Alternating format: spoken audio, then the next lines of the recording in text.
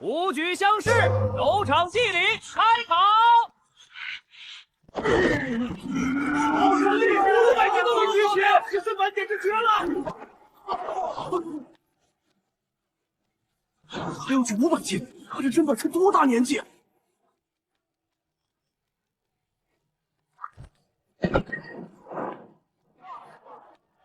哼！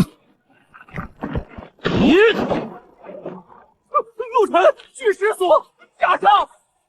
内壮神力，筋骨如铁，气血雄浑，已达力关圆满之巅。沈爷这看人的眼光当真毒辣，假以时日，器官指日可待。拉硬功，陆晨加上。此子当真是一柄绝世利剑，锋芒所向，锐不可当。可惜老夫膝下无你，否则定要招为东床快婿。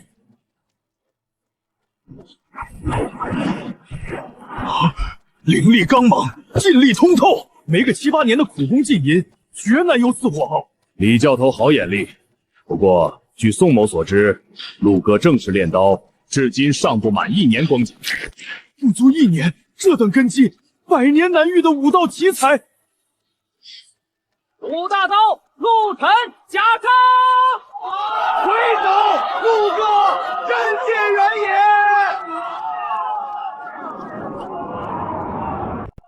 步射开始！好俊的连珠箭，好快的出手！这术可是李家兄弟搏虎射熊的吃饭本事，陆哥能胜过他吗？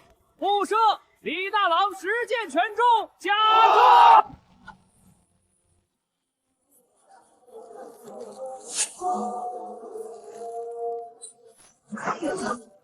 步射，陆晨实剑全中，剑剑贯入靶心，加上。此乃真正可堪大用的栋梁之才呀！赵大人慧眼识珠，陆晨此子实乃天赐我安宁县之栋梁。陆小哥，坐。这是明日策论的试题，你且记下，莫要多虑，也别想得那般严重。你是武举，弓马才是根本，这策论嘛，不过是走个过场。你前2日骑射、步射，样样甲上，县尊大人看在眼里，认定你是难得的栋梁之才。大人爱才心切，只盼着你尽善尽美。明日策论若因准备不足掉了分，岂不可惜？这不过是锦上添花罢了。策论之题为2道，其一是创业以武，守城以文，其用果异乎？其二是王者之兵，不贵诈谋奇计，回去好生琢磨，理清脉络，务必写得堂堂正正，显出格局气魄来。多谢师爷，多谢县尊。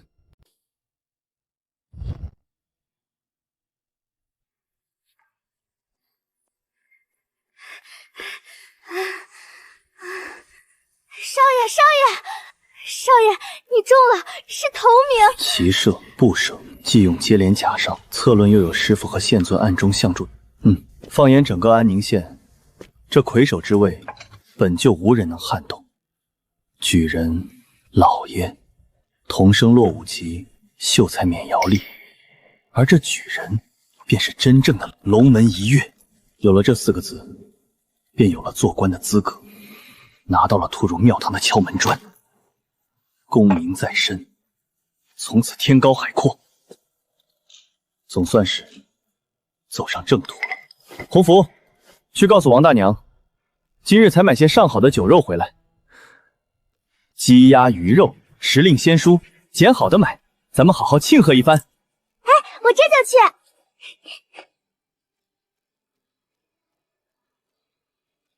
谢元老爷的门第，这以后的日子简直就是一条直通远方的坦途。有奔头了。周云那老狐狸动不得，但这杀鸡儆猴的鸡总得找一只。区一个落了5级的武夫，真是不知死活。大管事，武举乡试今日放榜了，赶紧去查那陆晨的落脚处，他平日与哪些人来往，都自我摸清楚。大管事，那陆晨查到了。查到了便说，磨磨蹭蹭的。回管事的话，他高中了，他就是今年武举乡试的头名谢元。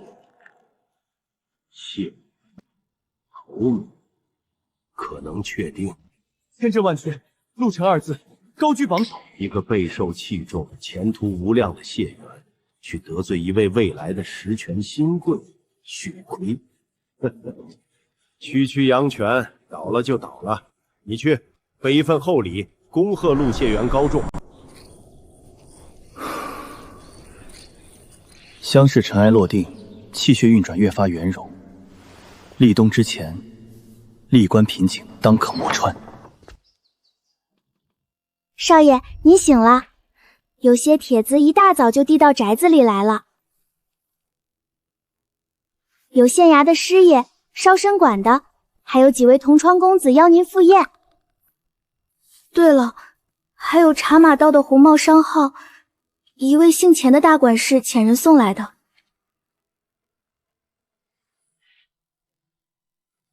还附了一份贺礼。红帽商后，杨泉的靠山。回春堂刚被连根拔起，这靠山就递了帖子，是兴师问罪，还是和气生财？伸手不打笑脸人，这礼分寸拿捏得准。试探之意大于实质。洪福，备水洗漱，先去赴冰火楼的同窗之约。陆谢元来了，快请上座，就等你这魁首点将开席了。今日能与诸位同年欢聚，是陆某之幸。诸位兄弟敞开吃喝，今日陆某包了。陆谢元，这位是王铁手王兄，其父乃护防京臣王典立。这位赵书行赵兄，伯父是刑房赵老书办。那位孙琦孙兄，叔父在县大牢当老牢头。护房、刑房、大牢，这桌上坐着的，皆是安宁县衙徐吏阶层的子弟。这底层的人脉网，倒是盘根错节。诸位，功名到手固然可喜，但这功名终究不是官位，一个萝卜一个坑，这坑何时能轮到我等头上？入京复考，千军万马过独木桥，难；跑官更难，没门路，提着猪头肉都找不着庙门。地方官保举，那是奢望。就算侥幸补个正八品教仪的空缺，那也得祖坟冒青烟了。至于捐纳，花钱买个虚职吏，无权无势，图个虚名罢了。陆谢元倒是不必忧心，你乃乡试魁首，巡山司开衙在即，你必然是首当其冲被招揽的对象，前程早已铺就。李兄，此次乡试，那高居第二的亚元是哪位高才？我至今未曾听闻。陆谢元有所不知，那位亚元来头可不小。据闻他乃是特意从茶马道那边过来的，人家背景深厚，路子早就铺得四平八稳，来考乡试不过是走个过场图层金，只待巡山司衙门一开，便会直接空降进去任职。茶马道空降镀金，看来这巡山司绝非一潭清水。这未来的同僚，来者不善。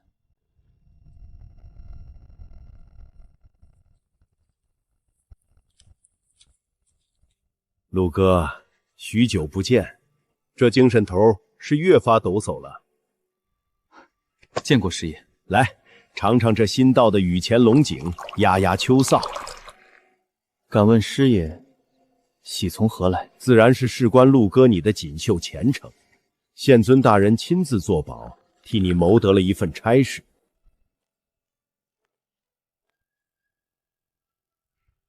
陆哥来了，不必多礼，坐。年轻人当真是精气神十足。呵呵，从今日起，本官怕是要改口，该称你一声陆都头了。卑职陆晨，见过县尊大人。此乃你的任命文书，以你解元魁首的身份，安排一个掌管暗毒的押司，确实不难。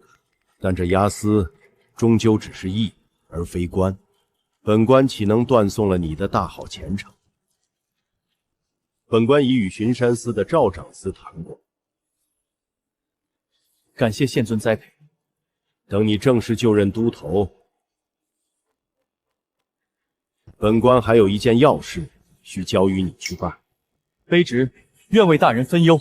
龙脊岭向西的商道近来颇不太平，几股悍匪啸聚山林，频频劫掠，维护商道畅通之责便落在本官肩上。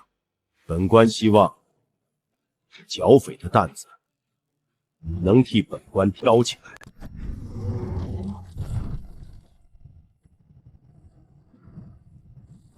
手底下管着110号人马，县尊只给了这纸轻飘飘的文书，画了张剿匪安民的饼，最要命的钱粮饷银却只字未提。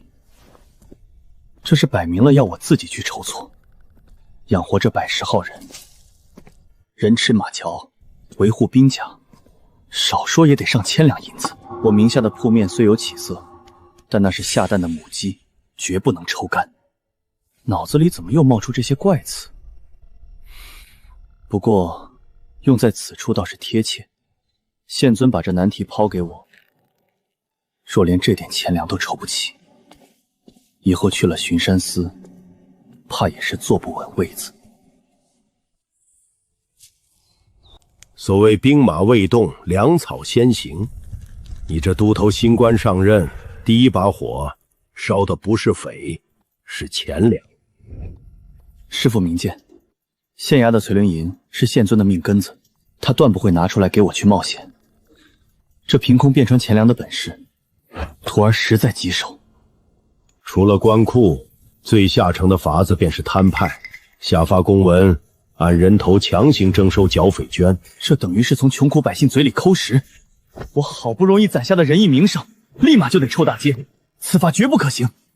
最后一种便是看似体面，实则最考究手腕的劝捐了。发下请柬，把本县有头有脸的乡绅富户请到一处，小以利害。对于捐书大方的，官府可为其上报请功，请求朝廷经表，或赏个员外郎的虚衔。金表立牌坊，员外郎虚衔，这对那些家财万贯却地位不高的富户来说，有着致命的吸引力。师父此计甚妙，这条路走得通。想法是好，但你这新扎都头，一没赫赫战功，二无深厚根基，那些老狐狸凭什么信你？又凭什么把真金白银抛给你？那依师父之见，徒儿该当如何？你得先立个威，把场子镇住，让他们看到你的手段和决心。请师父指点，这威该如何立？你与县城里那帮子少东家不是很相熟吗？去找他们，让他们配合你，好好演一出大戏，场面务必做得热闹，手段务必显得果决。只要这出戏唱好了，不怕其他富家不乖乖掏钱。宋教头，你可晓得咱们安宁县内外有哪些独党和勾栏？独党、勾栏，你小子才过了几天好日子，解元功名在身，又领了都头的差事，这大好前程不要，竟想着去那些阿杂地方寻欢作乐。宋教头想差了，非是我要去耍乐，我要立威，就得找个合适的靶子。那些赌档勾栏，逼良为娼，放印子钱，百姓深恶痛绝，拿他们开刀，既能为民除害，赚取名望，又能让县里那些观望的富户看清我的手段，乖乖掏出剿匪的钱粮。拿他们开刀，你小子可想清楚了？这安宁县能撑起这些场子的，背后全栽着乔帮，那帮砍柴的樵夫暴从举众，个个都是腰挂短斧的亡命徒。你扫他们的场子，就是断他们的财路。你一个新任都头，单枪匹马，拿什么去跟这帮地头蛇硬碰硬？宋教头放心，我自有办法，让他们吃了亏，也只能和血吞。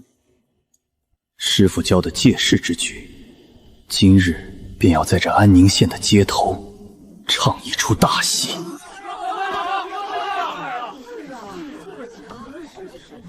陆哥说了，咱们这叫替天行道。今日咱们也开婚，看谁敢出眉头。前面何人敢挡我们的道？各位少爷，城南刘家闺女失踪了，被绑进怡红院，那是逼良为娼啊！岂有此理！光天化日，竟敢如此猖狂！你只管带路，跟我去砸了那阿扎地！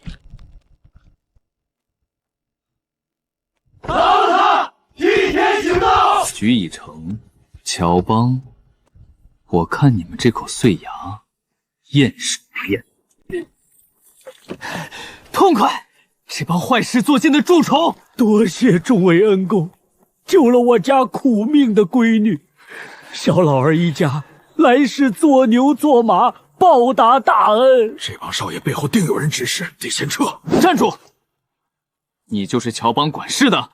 小的雷暴，给诸位少东家请安了。少来套近乎！你们欺压百姓，无法无天。天地良心，定是手下胡作非为，小的一定彻查。人证俱在，你还敢狡辩？少东家息怒，您不妨亲自问问这位姑娘。不曾见过。安宁县买卖盘根错节，为了些许误会，坏了长辈们的财路，何必呢？陆都头到。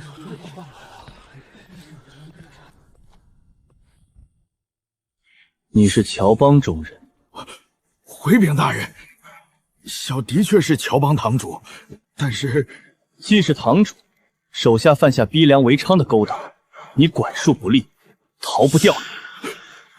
大人冤枉啊！跟我回县衙，是非曲直，自公断。进了县衙，只有死路一条。大人想要些方便，一切好商量。你也配？你妈的，这是你逼我的！大胆狂徒，左右何在？给我拿下！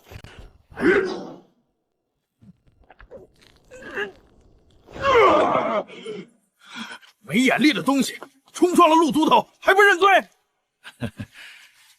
在下乔帮林永年，还望都头高抬贵手。陆都头，实不相瞒，咱们乔帮虽是小门小户，但也仰仗些朋友关照。就比如即将开衙的巡山司里头，就有贵人颇为照拂我等。说不定将来大家还是同朝为僚的朋友。今日之事纯属误会，不如就此接过。林某另备薄礼赔罪，如何？巡山司的贵人，巡山司一把手是赵无忌。林永年口中的贵人显然不是他，必是那传说中来自茶马道的二把手。这二把手绕开赵无忌，扶植乔帮这种下三滥势力，分明是官场上的制衡之术。我既要入巡山司，必是依附赵大哥一系。官场站队，一步踏错便是万劫不复。这乔帮留不得。照林帮主这么说，你与此人乃是同党。来人，此人勾结匪类，意图不轨，都给我一并拿下！给脸不要脸！真当老子怕了你这黄口小儿？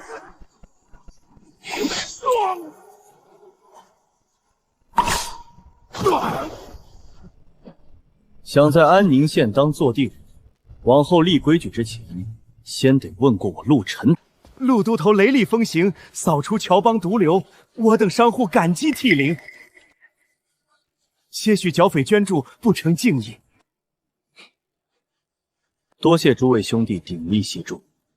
陆哥放心，剿匪的刀枪器械都在我身上。我家库房新到了一批上好兵力，我让老师傅加紧赶工，打10几口趁手的家伙出来。练功哪能少了药材？回头我就去自家库房拿些上好的老山参给兄弟们补补。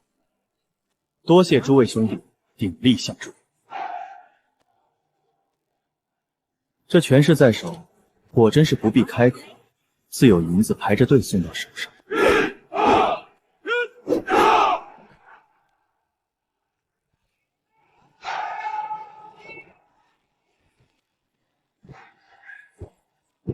钱粮足，兵甲锐，药膳，这70-80号人，便是我在这安宁县真正安身立命的班底。哈哈哈哈！哟，这不是咱们安宁县如今风头正盛的陆都头吗？怎么有空到我这武馆里来转悠了？宋教头，您就别拿小弟打趣了。今日登门是有正事相求。剿匪势大，练兵为先。安宁县论硬功与教导手腕，宋教头认第二，无人敢认第一。故此，我特向县尊请了这份文书，想聘请宋教头出任我那支义勇的总教头，督导操练。每月皆有县衙拨发的饷银俸禄，不知宋教头意下如何？我开馆授徒10几年，终究只是个江湖草莽。这文书虽无品级，却是官府正儿八经的背书。有了它，烧参馆在这安宁县的底气便截然而不同了。王法终究大过江湖规矩。承蒙陆哥看得起，这差事我接了，定给你操练出一帮能打敢拼的虎狼之师。往后诸多杂物，全仰仗宋教头费心了。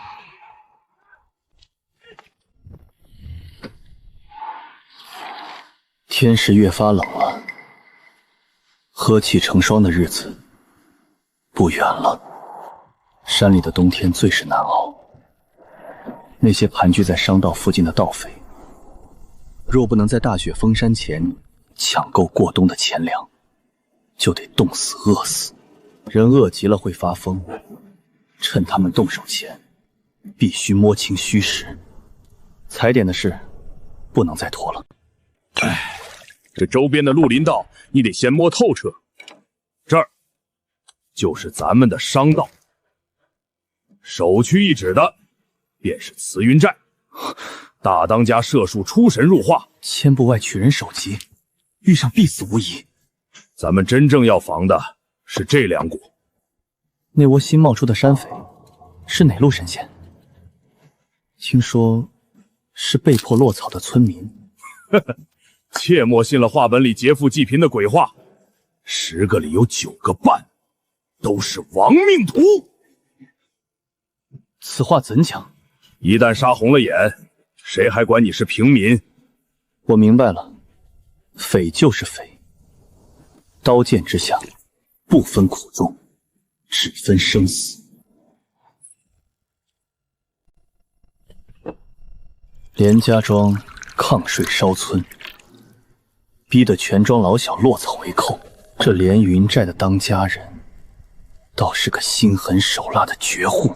宋教头说，那庄主几个儿子学过厉害的枪棒功夫，聚拢了一批亡命之徒，占据险要山头，号称3虎一彪。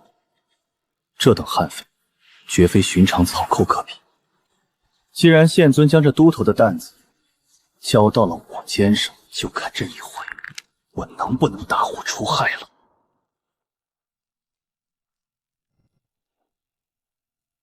富贵，真以为巡山司是来给他们送富贵的慈善糖吗？小国公费尽心思布下这巡山司的大局，岂是这帮土财主能看透的？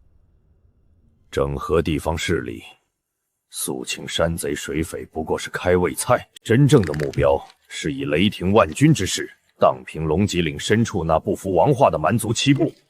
唯有这等震动朝野的滔天军功，才能为小国公稳稳承继穆国公的爵位。这其中要用多少人命去填，要流多少血？看，那就是个吃软饭的罪行。我赵无忌在茶马道刀头舔血整整10年，定要用这泼天的军功堵住你们所有人的嘴。进门外有一位自称聂文林的公子。聂文林，国公府大老爷那边派来的那位聂家大少爷。他怎么会找到我这里来？这尊大佛仗着背后盘根错节的姻亲势力，名义上是来给我做副手，实则是来分一杯羹，甚至掣肘于我的眼线。巡山司还没开衙，他这会儿跑来作甚？回老爷，他希望老爷您能出面，跟周县令打个招呼，让他也参与其中，好借此立些功劳。抢功？哼，这位聂大少爷格局未免也太小了些。剿匪可是刀头舔血的买卖，他当是去踏青游玩吗？他跟那陆沉之间可是有什么旧怨？老奴揣测，聂公子心中对此终究是有些不服气吧。名次不如人，便眼红嫉妒，非要压过别人一头。这些世家子弟一个个眼高于顶，矜持自贵，却不知天高地厚。他真以为龙脊岭里那帮杀人不眨眼的盗匪响马会看他茶马到聂家的脸色行事？那老爷的意思是回绝他？回绝？不，他想争这个功。好，那就让他去。巡山司未来凶险万分，就让那龙脊令的悍匪替我好好压压这尊大佛的锐气。内壮气血已至巅峰，四肢百骸犹如铁柱，阻碍我多时的历关平静已薄如蝉翼，仿佛浸透水的薄纸，只差最后轻轻一戳，最多再有3、5日功夫，必破七关。剿匪之事凶险万分，连云寨绝非擅长，必须等我实力足够强横，方能保住威信。陆都头，踩好点了。眼线连夜回报，连云寨近来动静不小，频频有小股人马下山，恐怕会有大动作。宋教头觉得该如何应对？连云寨人马调动频繁却隐蔽，我贸然调动大队乡勇，极易打草惊蛇。不如你我2人乔装改扮，先行一步，潜入那边探一探虚实，摸清底细再定夺。有你同行，此计甚稳。咱们这就动身。极好，东西我都备下了。就是不知道陆兄弟穿惯了长袍官服，还习不习惯这粗粝的麻衣？我陆沉出身羽狮巷，这有何不习惯的？洪福，我出门几日，你与王大娘守好家，若有人寻，便说我闭关，莫让人察觉。少爷放心，洪福省得。徐老头子，月钱可准备好了？收保护费的，凌云寨的匪徒。备好了，早就给几位爷备好了，就等着您几位过来呢。这是圣教大师开过光的护身符。这帮亡命徒竟也信佛。大当家交代了，让咱们多留些生面孔。哪有什么生面孔，无非就是些货郎。谁敢跟官府勾结，刀不讲情义。保不齐就有官府的狗嗅到味儿。喂，小子，瞧你面生得很啊，哪儿来的？不能发力，一旦气血外泄就暴露。回大爷的话，小的是兴饶镇大沟村的人。兴饶镇，跑这老远来做什么？这不眼瞅着入冬了，日子难熬，想着进山碰碰运气。刚在山里打了2只狍子，在隔壁村换了点钱买粮。兴饶镇来的，那你可认得河间巷的老陈？河间巷老陈，宋大哥备下的假身份里，根本没这号人物。不认得，小的家里穷，没去过河间巷。平日打了野物，都在镇子口的将军集上卖掉。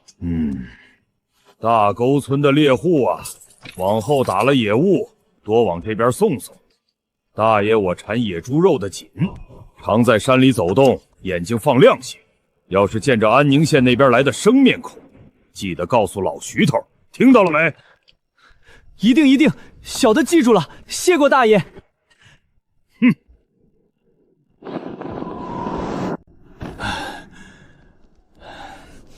这连云寨的匪徒警惕性竟高到这般地步，防官府防得滴水不漏。老丈，方才听那些大爷提起圣教，哎呦，后生可不敢瞎打听，要是让连云寨听见，可是要掉脑袋的。我家老娘信佛，这才多问一嘴。哎，那教唤作连生圣教，早几年冒出来的。村子闹瘟疫，喝一碗他们的符水就好了。符水治病，这把戏我用斋气也能做到。可到了后面，就全变味儿了。交不出钱的，就批人把妻女捐到教里。入个教还要捐献妻女？哎呦，后生慎言！我还听说连云寨主的儿子早被封为圣教护法。连云寨与连生教深度勾结，此等毒瘤必须斩草除根。两位客官，天不早了，早些回家歇息吧。有些事不知道比知道要好。陆兄弟，这事儿捂不住，必须立刻上报县尊。对，绝非寻常剿匪。不过，没想到连云寨背后还藏着个连生教，这下真是钓到大鱼了。若是能一举捣毁，这可是个泼天的功劳。强逼乡民捐献妻女，供其淫乐，这等禽兽不如的行径，可见其本质必属邪魔，绝非善类。此等毒瘤，绝不能任其蔓延，必须要以雷霆万钧之势，重拳出击，将其彻底连根拔起。陆兄弟说的对，事不宜迟，咱们立刻连夜赶回县城，面见县尊。大人，前面那处山头就是连云寨的老巢了。做得好，赏你的。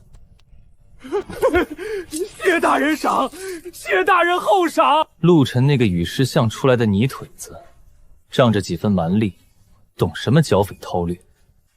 周县令把差事交给他，至今不见动静，定是束手无策，何须死伤惨重的强攻？我只需去找赵无忌请一道招安手书，许以高官厚禄。这帮匪类哪个不想洗白身份？届时设下一场鸿门宴，一杯毒酒，便能兵不血刃将这首功收入囊中。大人，小的一条隐秘的近路，能直通到寨子后山。大路常有山贼巡逻，走那条近路，神不知鬼不觉。哦，你倒是机灵，好好带路。这桩活计倘若办得漂亮，让本官立下大功，未必不能赏你一份衙门里的差事，让你也吃上皇粮。感谢大人栽培，小的定然尽心尽力，万死不辞。哼，带路。不对劲，这地方太静了，根本不像活人走的道。站住！这到底是什么路？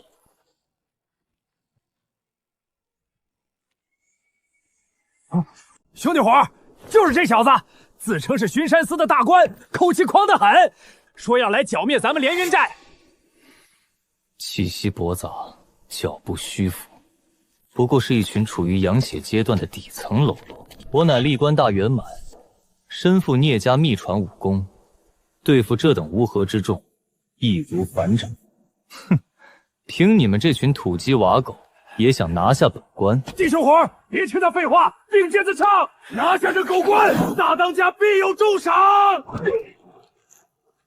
一群不知死活的蠢货，等我脱困，立刻发遣回茶马道，调集精锐家丁护院，定要将这凌云寨上下斩尽杀绝，鸡犬不留，袭杀朝廷命官，等同造反。死到临头还不醒悟！无量天尊，既来之，则安之。贫道看这位巡山司的大人，还是留在此地为好。奇观高手，而且还是接近大圆满的境界，怎么可能？乔邦不过是摆在明面上的幌子，那连云寨的背后，赫然藏着一个唤作连生圣教的隐秘教派。他们暗中蛊惑乡民，甚至强逼村户捐献妻女充作民妃。更有甚者，那连云寨的几个当家，皆被这邪教私下封授了护法之职，寨中供奉着一尊面容扭曲、透着邪气的木雕佛像。此言当真？卑职亲耳所闻，亲眼所见，绝无半句虚言。这连生教能悄无声息地发展多年，官府竟未收到半点风声，可见其对乡里的控制何等严密。若非此次你误打误撞接触此教，待其日后裹挟流民，乘着天灾骤然发难，上次山洪若无你用符水压住疫病，这帮邪教妖人恐怕早就借机生事了。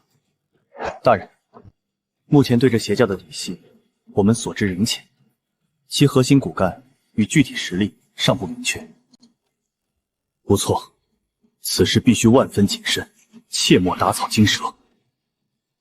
仅凭我县衙这点人手，恐难一举成擒。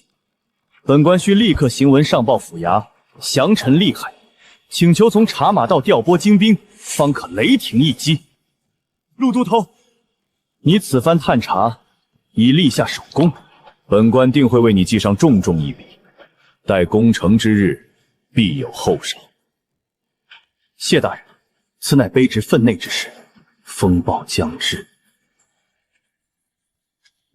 随着内壮神力8段级的打磨，我体内的气血已积蓄得无比雄厚，那曾阻碍我的力关瓶颈，此刻已薄如蝉翼，只差最后一丝契机。寻常的药膳食补已无大用，必须寻到那些蕴含天地精华的天才地宝，方能助我一举冲破关隘。少爷，有客人来了，说是从兴饶镇来的，姓白。哦，是谁？我请他进来坐着喝杯热茶暖暖身子，他死活不愿意，怕弄脏了咱们的青砖，这会儿就在街角的茶馆里等着呢。阿水，真是你？你怎么来了？陆哥，打到一条宝鱼，想着这玩意儿稀罕，就特地给您送来。谢谢您上回帮了我大忙。蕴含灵气的宝鱼，这正是我突破力关急需的契机。东西送到了，我就回去了。阿蛋还在家里等我呢。这怎么行？眼看天就要黑了，你这走回兴饶镇得走到半夜。老黄，立刻去寻一辆驴车，送阿水回去。不许推辞，你大老远专门给我送鱼来，这份情谊我领了。你若不坐车回去，那就是瞧不起我。眼看宝椒江就要上冻，没法打鱼了。这里面是2双厚实的棉鞋和几件旧衣。阿水，这个冬天要是没什么活计，不妨来我这儿帮忙。宅子里正缺人手，总好过你们兄弟俩在家挨冻。谢过陆哥。陆都头，你这几日闭门不出，怕是还不知道外头翻天覆地的消息吧？聂文林失踪了。失踪？这聂文林是何方神圣？哎呦，我的陆都头，你当真是两耳不闻窗外事？这聂公子便是本届武举乡试那位未曾露面的亚员啊！人家可是从茶马烙那边过来的世家子弟，背景深厚，早早来到咱们安宁县，就是盯着巡山司的肥位来的。既然背景深厚，怎会无端失踪？这位聂公子自恃身份高贵，孤身跑去连云寨方向探查，结果肉包子打狗，一去不回了。不过他这一失踪，对咱们来说倒是件好事。巡山司一个萝卜一个坑，少了他这个强有力的对头，咱们递补上去的机会自然就大了几分。连云寨，连生教，这聂文林心高气傲，想去抢功，怕是已经成了那些邪教妖人的刀下鬼。靠别人失踪来腾位置，那是弱者的奢望。李兄慢慢喝，我还有药物在身，先行一步。老爷，查清楚了，聂公子确实是孤身一人，前往连云寨方向探查，之后便下落不明，再无音讯。狂妄自大，纸上谈兵的庸才。他若死在安宁县，兵马司那位大人追查下来，本官首当其冲，必受其累。真是请了一尊甩不掉的祖宗！立刻加派暗探，不要声张，去连云寨周边给本官仔细的查，活要见人，死要见尸。老奴这就去办。连生教盘根错节，本需谋定而后动，如今被这蠢货打乱了阵脚。若手底下办事的人个个都能像那陆沉一般洞察先机，又行事稳妥，本官何愁大业不成？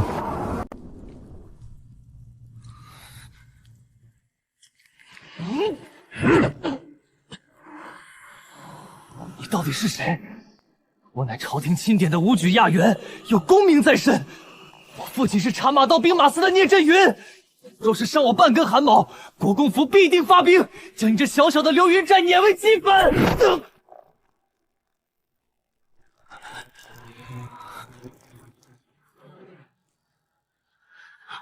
国公府固然高手如云，可贫道乃山野散修，遁入这茫茫龙脊岭，犹如滴水入海。朝廷又能奈我何？谁能寻得到？区区器官的隐修，竟敢如此大放厥词！你或许觉得贫道无知无畏，然在贫道眼中，你亦是困于凡俗权柄，不识天地大道的可怜虫罢了。明朝退落已3000年，世间早已无人可成仙。你们所追求的武道，不过是一条断头路。修成那传说中的神官，成就武圣之尊，又如何？不过区区200载寿元。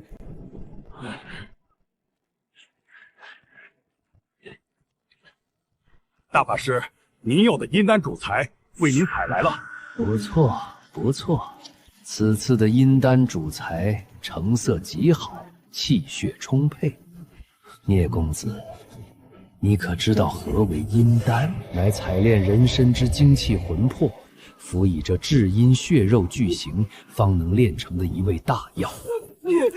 你竟敢用人炼丹，妖道！若被擎天剑得知，天上地下再无你容身之处。哦，看来你父亲在兵马司的权势确实不小，竟连钦天剑的仙师也知晓一二。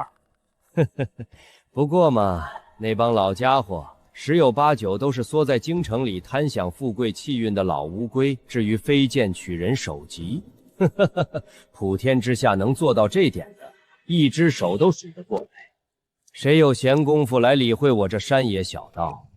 说起来，贫道与钦天剑那位所谓的天下行走，倒还有一段未了的恩怨。家时正是死在那位天下行走的手上。钦天剑行走，妖道的师傅，岭南道动乱。真空教，你是当年造反的真空教余孽。既然知道了，贫道也不妨告诉你。蛰伏在这小小的安宁县，自然是求道果、求长生、求造反。可惜呀，你这根骨资质太过平庸，浊气太重，做不了那牵引道果的命主鼎炉。若非你们这些官府中人步步紧逼，贫道本还能再细细挑选。如今风声渐紧，却也只能将就一二了。不要！我爹是聂震云，他。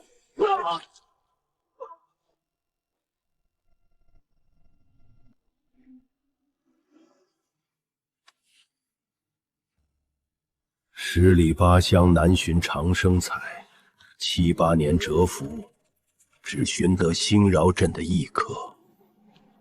还好老天开眼，又赐下一颗。安宁县那个姓陆的，或可为命主鼎炉。安宁县那个姓陆的，或可为命主鼎炉。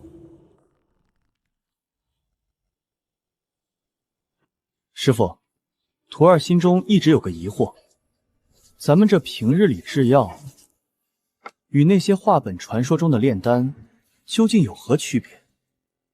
我常听人说起炼丹，却总觉玄乎的很。采气不同，这是最根本的。制药采的是草木之气，得雨露阳光而生，温和得多。即便用药稍有偏差，人体大多能自行化解。而炼丹采的则是金石之气，丹砂、铅汞、硫磺、深埋地底千万年，其气沉滞酷烈，寻常人吞服，非但无益，反而积毒成害，损精毁脉。原来如此，草木入医道，经石入丹道，还是师傅见识广博。不过，世间总有些旁门左道，不走正途，惯于剑走偏锋。这其中唯有一类最为阴毒邪恶，那便是用人参炼丹。把人丢进炼丹炉里烧，这能炼出什么来？并非简单粗暴地将人投入丹炉断烧，那是下乘手段。真正阴毒的是将活人当作鼎炉，孕育大丹。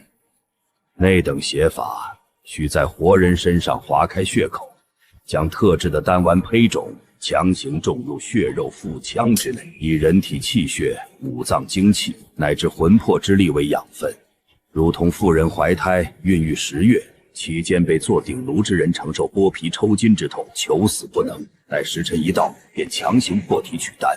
荒谬绝伦，残忍至极！这等行径与邪魔有什么区别？正因如此，太祖当年才特命镇南王数次前往江湖，剿灭这些毫无底线、祸乱民间的邪道妖人。师傅，您方才说的如此详尽，您当年是不是跟这类邪道中人打过交道？不错，约莫10年前，蛤蟆道上曾发生过一场大乱，一个名为真空教的邪门势力横空出世，势力膨胀极快，他们蛊惑流民，暗中联合山林蛮族。真空教，他们图什么？他们打出的旗号是要在这污浊禅室中制造出一方无垢无净的真空家乡，以此接引所谓的莲生老母降临凡尘。他们宣称，唯有如此，信徒方能得到老母赐下的道果垂青，超脱生死，永享极乐。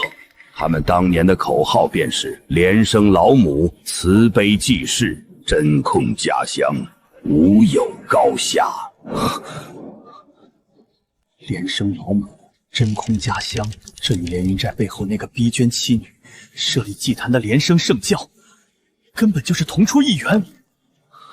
10年前的真空教余孽，竟蛰伏在安宁县的连云寨里。那黑衣道人，他要的根本不是寻常财物，他是要用活人炼丹，求那虚无缥缈的道果长生。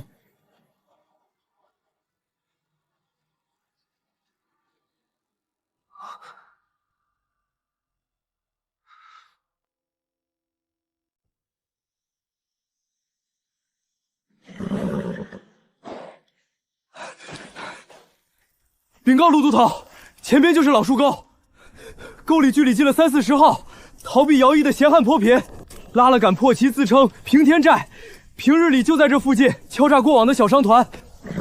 连生教暗藏祸心，暂时动不得，但这群不知天高地厚的乌合之众，刀在手，跟我走，踏平老树沟。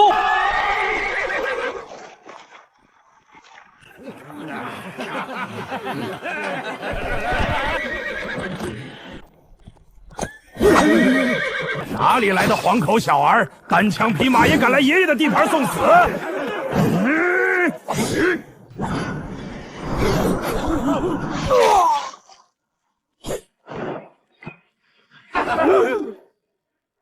跪降者不杀。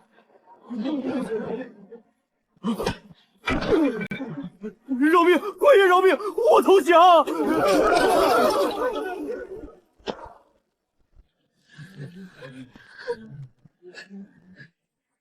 没事了，贼首已伏诛，官府来救你们了。多谢青天大老爷，多谢大老爷！把这帮贼寇通通绑结实了，清点祠堂内的赃物粮食，一并造册带回县衙。是，都头。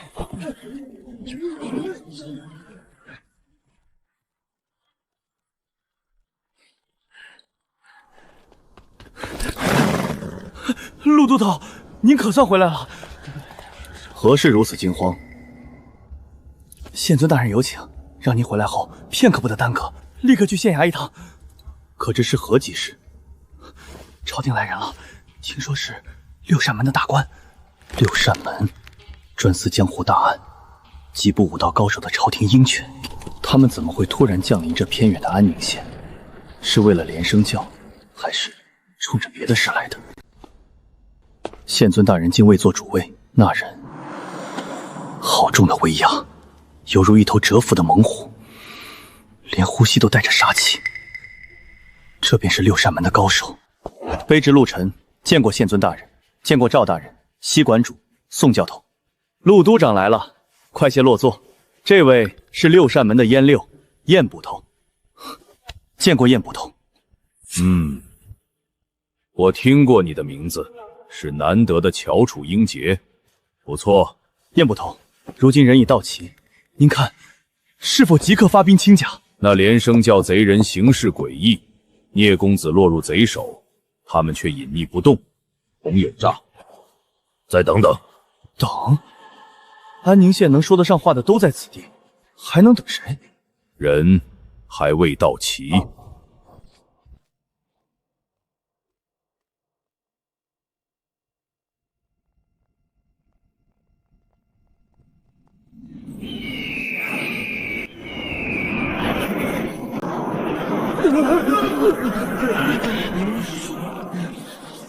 成了气候的飞禽精怪。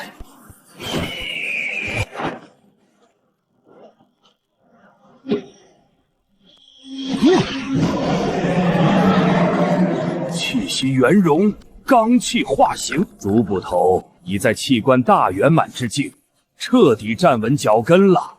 足捕头天赋异禀，更得玄兵任主，未来成就神官大宗师，晚上定兵。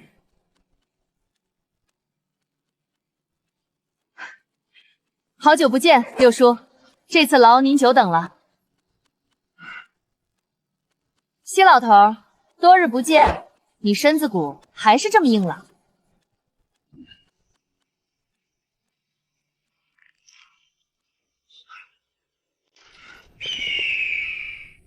闲话稍后再叙。六叔，此次剿灭真空教余孽，事关重大，上头特批让我将他带出来。武圣玄冰。师傅，那这武圣玄冰又是啥物件？武圣玄冰顾名思义，便是武圣级别强者以毕生心血、意志乃至部分神魂熔铸而成的兵器。武者步入武圣境界，精气神凝练到极致，近乎非人。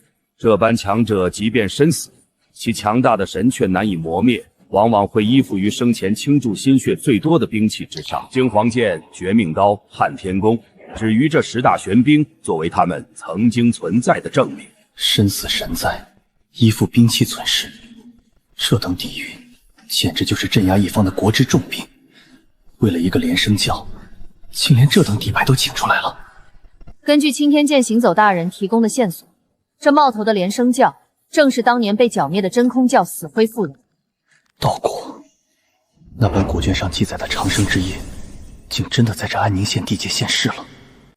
尔等或许不知，灵朝衰退已3000年，古往今来，每一位得到道果认可的命主，无不是惊艳一个时代、掀起无尽风云的绝世人物。当年那真空教不过一地方邪教，为何能急速壮大，险些酿成大乱？最根本的原因，便是那位真空教主拥有一枚道果，有了问鼎武道极致的一线机会。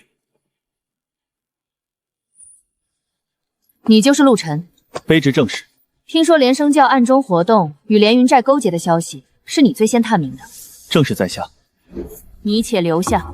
六扇门虽势大，但我名义上是县衙都头，越级听令，乃是官场大忌。陆都头，既然蓝捕头让你留下，必然是有要事相商，你须得好好配合。卑职遵命。六扇门特意点名留他，这小子不过是个刚入气关的都头，莫不是六扇门看上了他的潜力，想来我巡山寺挖墙脚。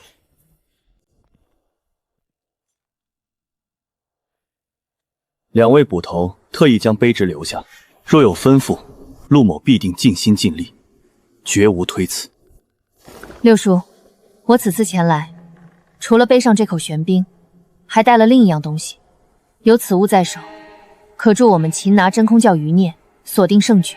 茶马道收到密报，层层上递，小国公对此事极为重视，他取来了当年那位平定知空教之乱的青天剑行走留下的一件信物。掐算10年之后的变化，这等未卜先知的手段，简直如神仙中人。青天剑动用此宝推演，料定岭南道气运牵连，未来必有一场大乱。行走离去前留下此锦囊，交代国公爷，唯有再次听闻真空教消息时，方可打开。这算什么意思？青天剑就爱搞这些云山雾罩、故弄玄虚的玩意儿，真是欺负我们这些粗人，打不来疾风。六叔息怒，天机不可尽泄，泄露过多亦引因果反噬。能给出这8字批词，已属难得。这见鹿而死，六叔，您说会不会就印在此地，印在此人身上？鹿，莫非正是指陆都头？毕竟最先发现连生教并上报此事的，正是他。借这小子之手去对付连生教。连云寨声势虽大，多半只是幌子，搅了他们，首脑不死，依旧能死灰复燃。陆都头，我需要你做饵，布一个杀局，将那些藏在深水里的首弩调出来。事成之后，一门任你挑选的绝学及秘籍，外加一颗足以助你气关大成的龙虎大丹。蓝捕头开出的价码，若是放到江湖上，足以掀起一场腥风血雨。我身负千阳关命格，背靠龙脊岭这等宝库，只要我稳扎稳打，搜寻资粮，稳步提升实力，并非难事。何必主动将自己送入连生教那群疯子的虎口之下，去搏命？退一步，真的能海阔天空吗？倘若我拒绝了6扇门，他们必然会知会周县令，剿灭连生教乃是颇天大功，关乎县尊的前程。用我这个小小都头的命去换他头顶的红顶子，武道修行本就是逆水行舟，遇事能躲则躲，固然安稳，可出头冒尖的机会也就随之溜走了。6扇门连5圣玄兵都请出来了，这等千载难逢的借势之机，若是错过，我一辈子都只能窝在这小小的安宁县，干了。六子，你就算此刻缩起头，这刀也迟早要落下来，躲是躲不过去的。走江湖要谨慎稳重，这话没错。但事到临头，需放胆。连生教这个毒瘤盘踞在安宁县，若不能借6扇门的手将其剿灭干净，日后迟早生出大祸，首当其冲的便是咱们，没有千日防贼的道理。师父教训的是，徒儿也是这般想的。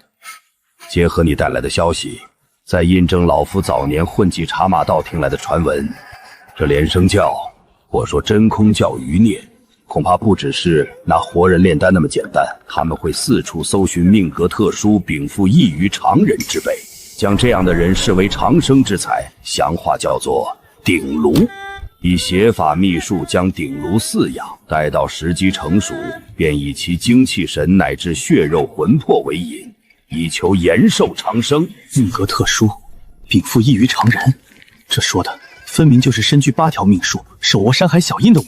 做徒弟的，既然下定决心要去险境里搏个前程，当师傅的自然不能干坐着，眼睁睁看你空手去闯龙潭虎穴。咱们奇门一脉，祖上也扩过，可惜传到第5代祖师时，没能守住基业。此符名为金刚符，乃是真正的保命之物。据祖师手志记载，即便面对神官大宗师的倾力一击，亦能抵挡得住。你且贴身收好，关键时刻可救你一命。师父，行了行了，何必做这种小女儿扭捏态，平白让人起鸡皮疙瘩，莫要矫情。师徒本是一体，老夫还指望你小子光要奇门门楣，药材珍贵，也比不上活生生的徒弟重要。去吧，凡事多长个心眼。徒儿谨记。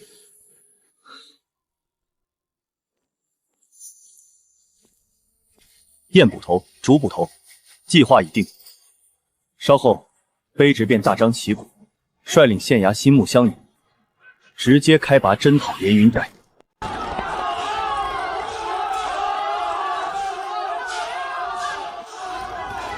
乡亲们放心，此去剿匪，只为保境安民。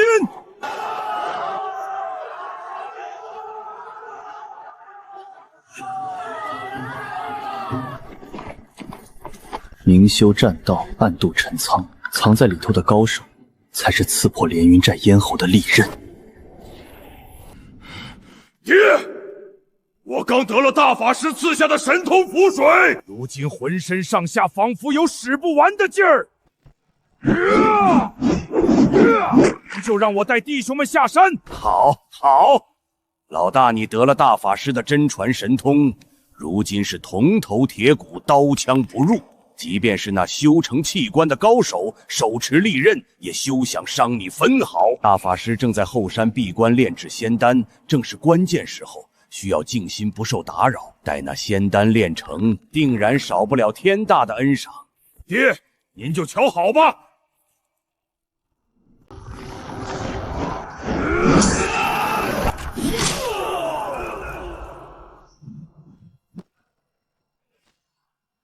哼哼，老子有仙法护体，铜皮铁骨，就凭你们这群蝼蚁也想伤我？这壮汉硬扛刀劈，莫非修成了护体罡气？不像正宗罡气，罡气运转自有光晕，他这更像某种邪法强行锤炼出的铜皮铁骨。宋教头，上前牵制，缠斗即可，莫拼力气。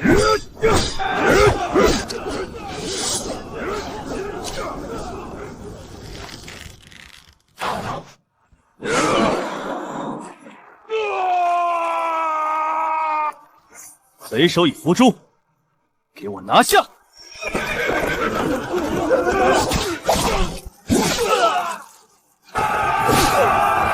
好小子，弓马轻熟，杀伐果断，这等好材料，若能进六扇门，老夫定要亲自栽培。剑术确实有些门道，不过想进六扇门，还得再看看。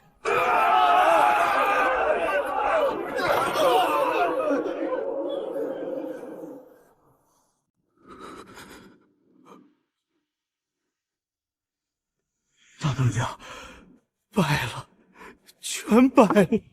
官兵阵中藏着个百步穿杨的狠角色，大少爷正与那使刀的汉子缠斗，冷不丁一箭射来，正中大少爷的眼窝。大少爷什么？人儿死了！人儿得了大法师亲传的神通，早已是铜头铁骨，刀枪不入。那些官差的破铜烂铁，如何能伤他分毫？如何能害他性命？大当家，是真的，那一剑力道大的邪门，直接贯穿了头颅啊！父亲，我去把那个放冷箭的官差揪出来，让他身首异处，拿他的项上人头来祭奠大哥的在天之灵。站住！不急，传令下去，鸣金收兵，所有弟兄退回山寨，凭险固守，给老子死死守住上山的那几条透口，绝不能让官差趁机冲杀上来。父亲，大哥的仇，这笔血债为父记下了，定然要让他们10倍偿还，但此刻须得从长计议。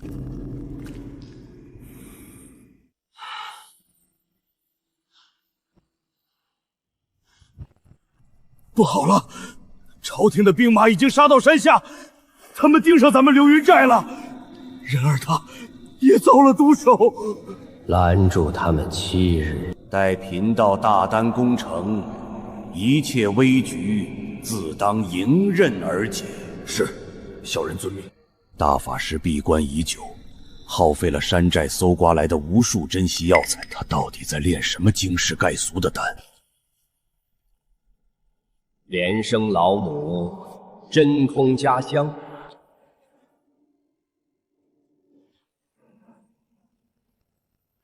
禀陆都头，缴获的兵甲物资已清点入库，受伤的乡勇弟兄们也都上了金疮药，妥善安置了。好，皇叔辛苦，下去歇息吧。经此一败，连云寨竟直接高挂免战牌，闭门不出，只凭天险死守，闹出这么大动静，连人那等重要人物都死在了阵前，背后的连生教竟连半点踪迹都未显露。这帮妖人当真沉得住气？这帮妖人藏得深，老子亲自绕着山势隐秘处摸了一圈，暗道必定不少，但外围全无大规模撤离的痕迹。他们这是铁了心缩在核心区域，死都不走。大军压境，随时有满门覆灭的风险，却不逃，这绝非寻常草寇行径。宁愿冒死留下，只说明一件事：他们图谋的东西价值大到足以盖过他们的性命。道果，青天剑那边给的批语，当年那真空教主所得的道果，究竟是何名目？青天剑未曾明说，那是绝密，只含糊提过一句，似乎与阴司有关联。阴司之道，怪不得当年穆国公那等武功盖世的绝顶人物，亲自出手，竟也一时奈何不了那真空教主。涉及此等权柄，已非纯粹武力能轻易镇压了。两位大人，依我之见，既然妖人隐而不发，咱们要行这钓鱼之计，不妨就把饵下得再重一些。哦，你待如何？两位大人方才说过，连生教专寻特殊之人为才，炼丹求法。在下不才，正是本届武举界缘，根骨尚可。若我能在两军阵前，在恰到好处的临阵突破，展现出惊人的潜质，这等绝佳的人才，定能引得他们心痒难耐，忍不住出手采摘。好小子，你这哪里是下重饵钓鱼？老子今日做主，提前预支给你。龙虎大丹采异兽精气与灵药炼制，药力霸道无比，正好助你夯实根基。谢燕捕头赐丹，陆晨必不辱命。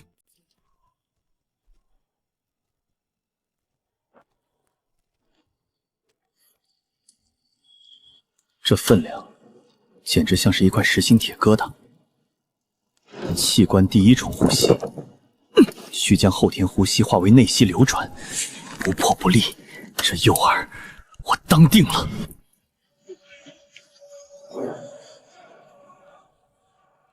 好小子，这龙虎大丹的丹衣乃是金性灵材混合丹汞，硬如精铁，寻常人吞下当场坠对长宿。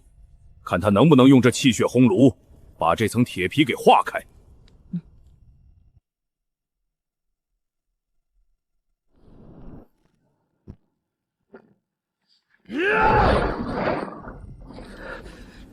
我看老头子是老糊涂了，畏首畏尾，大哥被官兵一剑穿头，他竟让咱们缩在这儿。一言息怒，大家兴许是年纪大了求稳，凭您这身九牛二虎的神力，就算去考武状元也是手到擒来。那帮官差里除了放冷箭的，全是一群软脚虾。山下什么动静？怎得如此血火？爷，是今日带头冲杀害了人爷的那个官差头子，他竟敢在两军阵前当众突破境界！好大的狗胆，杀我大哥，还敢在我流云寨眼皮子底下嚣张！真当我连云寨死绝了吗？取我皮过来，点齐人马，老子这就下山，摘了他的脑袋，燕大哥！气血如汞，奔腾似雷。这龙虎大丹霸道的药力，竟被他引导得圆融自如，没有半分躁动。根骨禀赋确实上乘。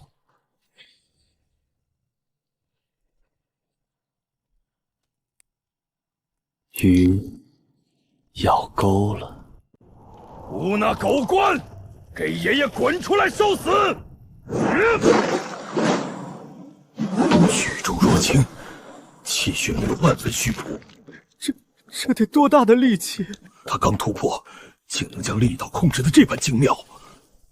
怎么，这么急着来送死？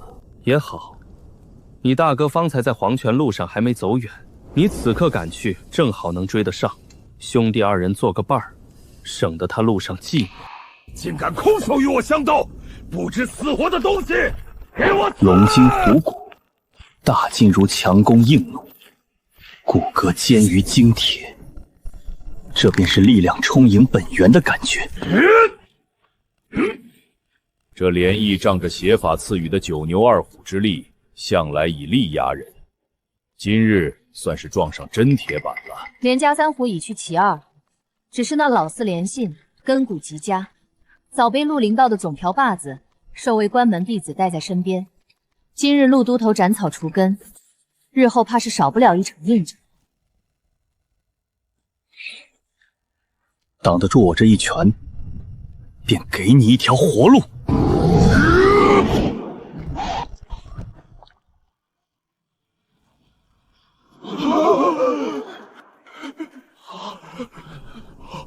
结果怎么了？你说结果怎么了？二少爷被那官军陆晨生生给打死了。父亲保重啊！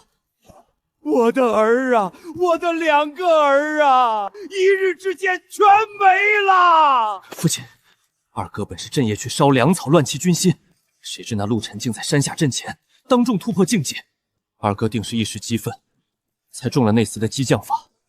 阵前突破，他怎敢如此小觑我流云寨？真当我寨中无人了吗？父亲，此事蹊跷，那陆晨早不突破，晚不突破，偏偏在众目睽睽之下突破，这分明是故意演给咱们看的诱敌之计啊！陆晨，我定要你血债血偿！大法师神通广大，他曾说过有一门神通，能于千里之外勾人魂魄，消人性命。我这就去求他出手。父亲不可，大法师闭关前严令禁止打扰，他正在炼制大丹的紧要关头，此刻去只怕会触怒他老人家。怕什么？我2个儿子都没了，连云寨都要完了，还管他什么禁令？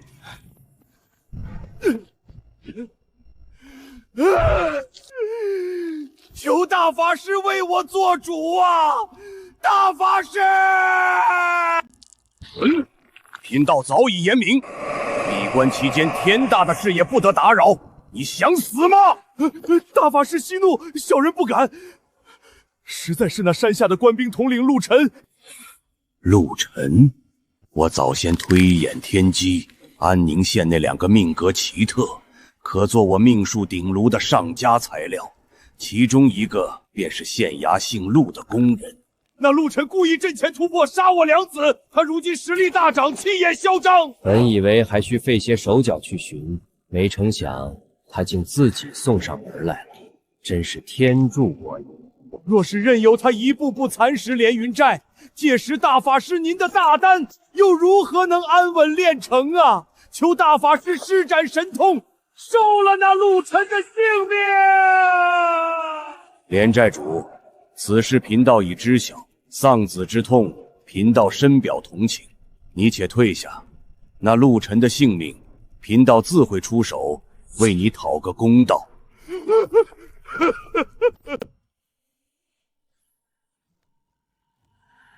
陆晨命主鼎炉，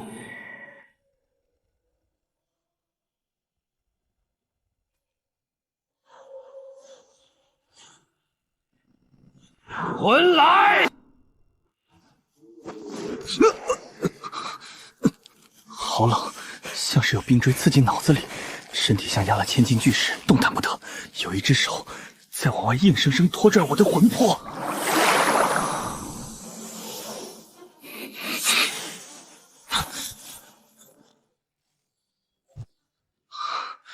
没有活人的气息，鬼压床。不，那股阴寒之气直透灵魂，这是隔空勾魂的邪法。好手段，既然你敢伸手，这局我接下了。落空了，区一个安宁县的都头，连神关都未曾踏入，其命数根基竟厚重至此，连生死不残响的勾魂之法都撼动不了分毫。龙虎之命，万中无一的绝佳大药，越是难以撼动，这鼎炉的成色便越是极品。既然暗取不成，那便明夺，让你见识见识何为真正的阴司手段。遵法旨，速去山下军营，将那陆晨魂魄拘来见我。诺。陆兄弟，可曾睡下？燕捕头有急事，请你过去一趟。何方妖人，在此装神弄鬼？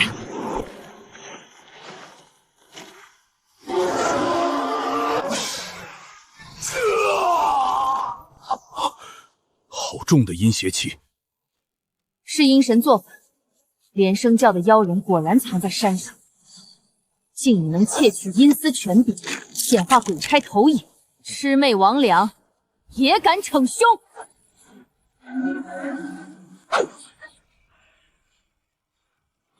宋教头，没什么大碍，就是一时不察，着了妖人的道。是祸神邪法，阴煞之气侵染了灵台，暂时夺了他的眼识，以致目不能视。快去取2滴牛眼泪来，混合清水，为宋教头擦拭双眼。是大人。燕捕头，蓝捕头，方才那牛头马面，莫非真是阴司地府的鬼差拘魂？不过是些道术显化的障眼法罢了。施术者以自身阴神为引，窃得一丝残缺权柄，再辅以特定观想秘法，凝聚着阴煞之气，化生出这等吓唬人的邪门玩意儿。只要找到至阳精血或罡气这等克制之法，一刀破之不难。道术显化，阴神为引，这世间竟真有这等凭空摄魂的诡异手段。看来，这世上能通往超凡之境的，绝非只有武道这一条路可走。夜深风寒，你刚受了邪气侵扰，莫要再受了凉，进帐说话。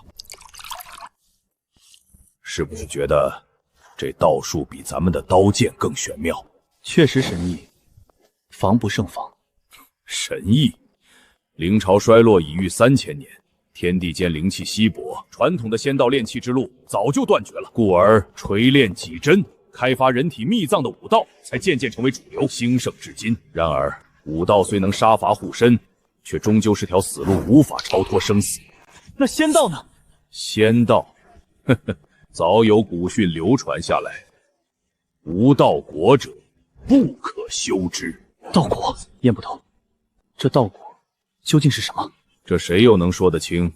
古往今来，说法太多了。更普遍的说法是，那是上古仙佛神魔陨落后，其道行权柄所化的遗泽，散落于天地之间，等待有缘人。反正众说纷纭，从未有过公论。那究竟什么样的人，才有可能成为道果之主？首先，命数要足够厚重，得蒙天意垂青，气运加深，命薄浮浅之辈，即便道果摆在面前，也无力承受，反而会遭其反噬，爆体而亡。命数厚重，我身具8条命数，更有山海压龙蛇之举。其次嘛，身得要有些奇特之处，或是血脉，或是经历，总之要能冥冥之中与某一枚道果的特性相契合，如同钥匙对上锁孔。最后也是最重要的一点，元法要足。灵朝衰落3000年，现存于世能被感应接引的道果，本就稀少无比，有明确记载成功获得了道果认主之人，全部加起来，恐怕也不足100数。3000年，不足100人，这概率确实令人绝望。但反过来想，既然有近100枚道果存世，说明这条长生之路并非完全虚无缥缈。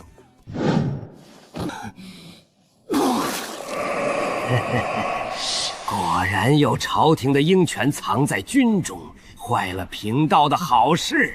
但那又如何？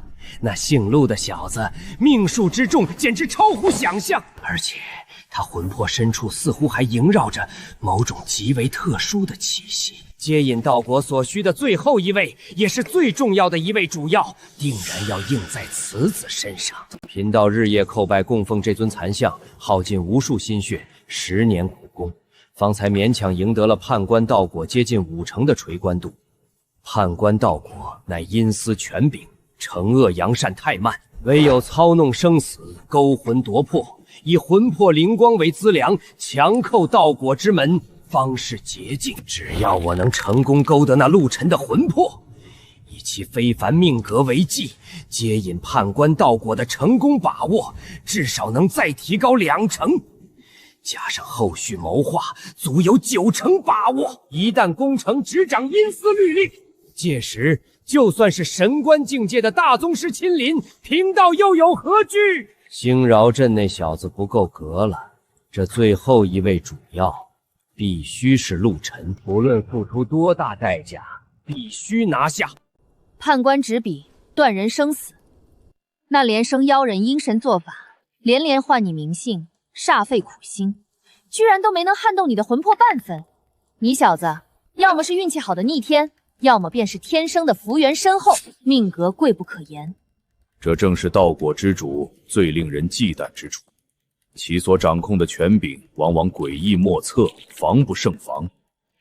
昔年那位祸乱岭南的真空教主，凭借那枚道果，曾于一夕之间，相隔千里，连续勾销了9位神官大宗师的魂魄，令其肉身完好却魂飞魄散，如同烟消云散。此等取人首级于无形的手段，简直骇人听闻。若非当时钦天监及时派出的那位行走同样身负道果，最终将其制住，还不知要掀起多大的浩劫。相隔千里，连灭9位神官大宗师，这道果的威能竟恐怖如此。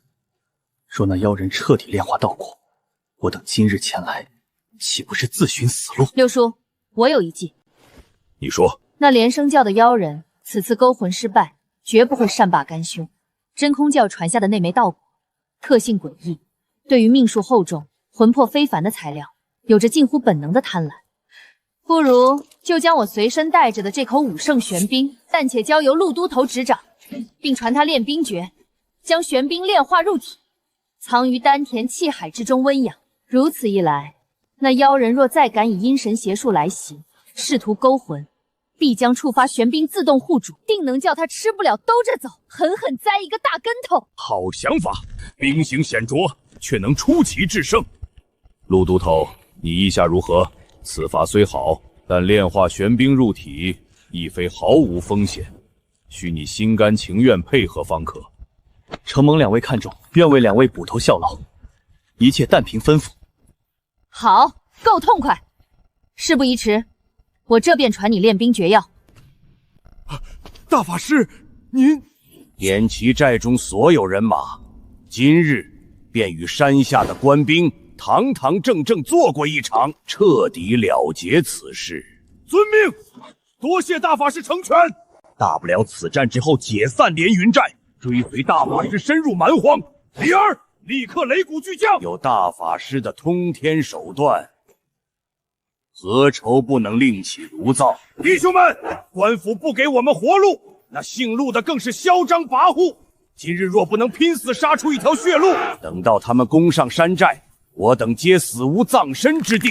持红旗者由我亲自率领，正面迎击官兵中军，寸步不退。持青旗者负责左翼穿插，扰敌阵脚。持黑旗者埋伏于右侧断魂林，听我号令，截断官兵退路。此战有进无退，有胜无败，随我做个了断，报仇雪恨。兄弟们，随我破敌！建功立业就在今日！杀！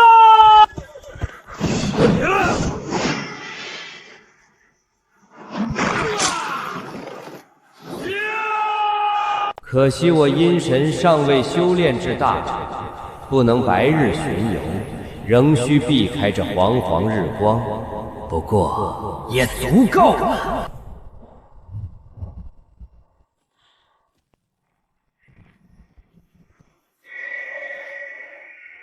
咦！怎么回事？我的身体！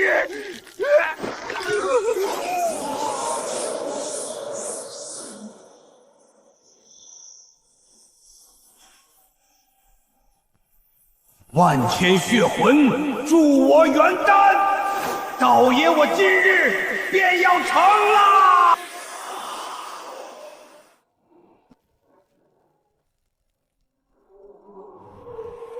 贫道黑衣道人，今日遇此，接引道果，正得先机。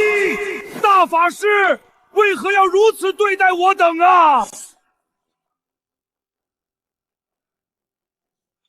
咱们父子整个连云寨，都只是他圈养在笼子里的药材。成就5之大道，尔等蝼蚁也算死得其所，不负此生矣。你这妖道不得好死！贫道所求乃判官道果，此果隶属阴司权柄，执掌生死轮转，唯有不断制造生死，干预命数，时而施水救人，积攒善功，时而纵容杀戮，炼化生魂，方能最大程度吸引道果本源的垂青。共862条生魂，大抵也够用了。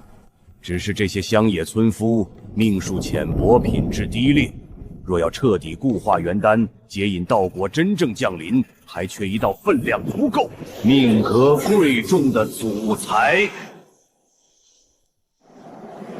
好恐怖的威压！这等手段早已超越了武道器官的范畴。他所说的主材，难道是我？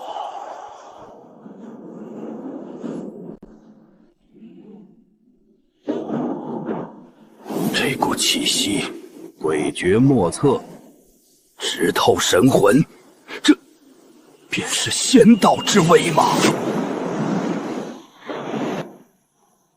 哼，区凡俗官府，也妄图以粗浅武力欺瞒贫道，简直是痴心妄想！此子命数青紫交融，惶惶如华寨，果然非同凡响，便是你了。速来！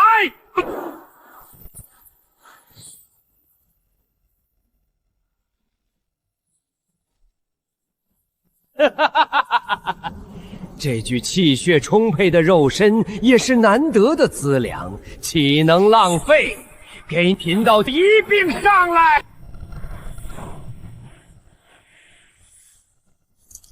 六叔，那妖道已然引动道果权位，陆都头他能撑得住吗？放心，他丹田要害处藏着你那口武圣玄冰，冰煞内蕴，自成循环。哼，除非那妖道能彻底炼化道果，否则凭他如今这半吊子阴魂，根本破不开武圣玄冰的自主护体，最多受些神魂震荡，绝无性命之虞。好一道沉重非凡的命数魂光，且让贫道好好算一算，你究竟是何种来历，是否够资格做我这元丹圆满的最后一位主材？这好生古怪，地支辰戌9位4字俱全，此乃天生身弱、福薄寿短之早夭相，怎会拥有如此雄厚气血与非凡命格？完全不合常理。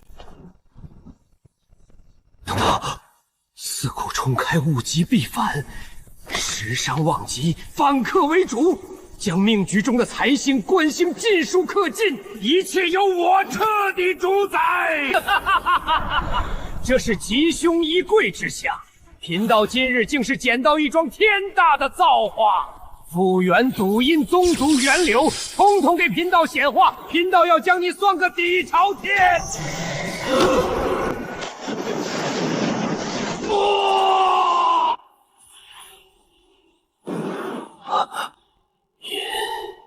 炎龙陆氏。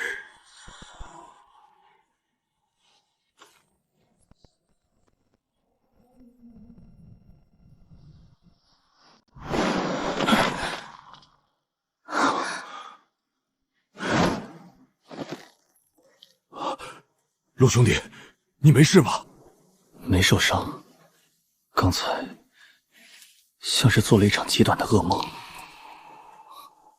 这老妖道怎么自己就直挺挺的倒啊？方才那等威势，这妖道怕是半只脚迈入神关了。他怎会突然暴毙？我也不知道怎么回事。这妖道用邪法勾勒我的魂魄，嘴里念叨着要推算我的生辰八字和祖辈渊源，结果刚念完，天上就猛地劈下恐怖雷霆，直接把他的阴神劈得粉碎。他自己就这么没了。强行推算命数，竟遭如此剧烈的反噬。莫非是接引道果失败，引来了天劫反噬？这反噬也太干脆利落了，直接魂飞魄散。这得是算了多么不该算的东西，才能倒这般大的血霉啊！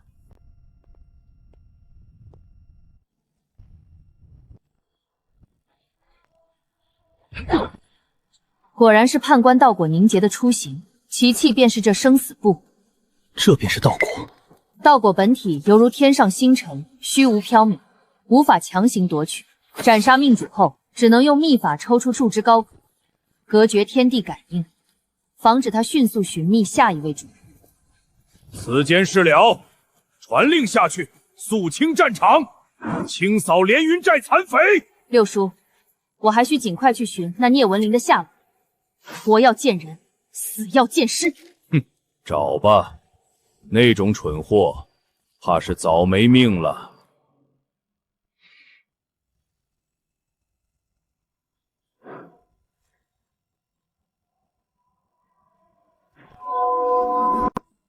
陆都头，此次剿灭连生教余孽，连云寨首恶伏诛，剩余匪众或降或逃，大局已定，你居功至武。如今事了，我与六叔也该回六扇门复命了。临行前，那口暂借于你防身的武圣玄冰，也该物归原主了。自当如此，此番多谢主捕头借兵相助，陆臣感激不尽。陆都头，稳住心神。冲！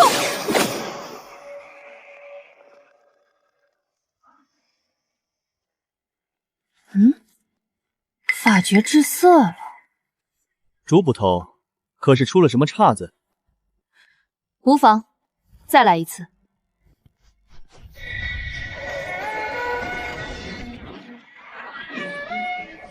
冰煞归隐，玄冰还窍。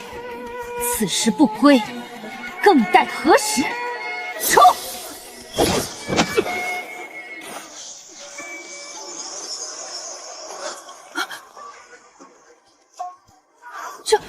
这怎么可能？无双，怎么回事？为何还不收兵？六叔，那口玄冰，他好像不愿意出来了。胡闹！武圣玄冰虽有灵性，但既已被六扇门秘法炼化，收回法诀一出，断无抗拒之理。我法诀绝对没错，可他就是死皮赖脸的扎在你丹田里，挪不动窝。陆都头，你老实交代，你到底对他做了什么手脚？主捕头明鉴，我能做什么手脚？这几日我仅仅是按照你传授的，除此之外，连碰都没敢多碰一下。说句掏心窝子的话，借我10个胆子，我也不敢私下扣六扇门的武圣玄冰啊！干系多大，我心里清楚得很。确实不关你事，这分明是那口玄冰自己的意思。奇了怪了，我温养他这么久，他从未如此练就过。排除了所有的不可能，剩下的那个答案，无论多么荒谬，都只能是真相。他只有基础练兵诀，根本无法强行炼化，除非是玄冰有灵，自行择主。难道说你就是那万中无一的有缘之人？是这口武圣玄冰自行择主，认你为主了？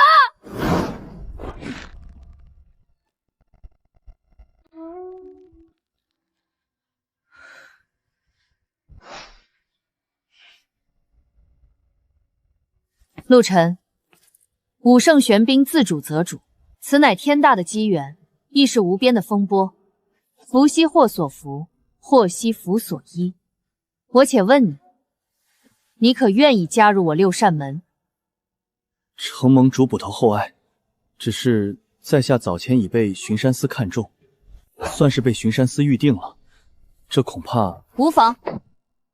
我六扇门又不是那等需要天天点卯、坐堂听差的寻常衙门，挂名的人多了去了。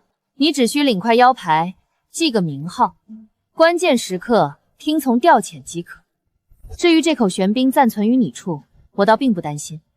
其一，此等神兵皆有独特印记，青天剑随时能锁定其方位，普天之下莫非王土，他丢不了。其二，也是最要紧的，冰主难得。玄冰乃天地奇珍与武圣心血神魂所铸，自有傲骨，若不被其认可，纵是武圣亲临，也难强行令其折服。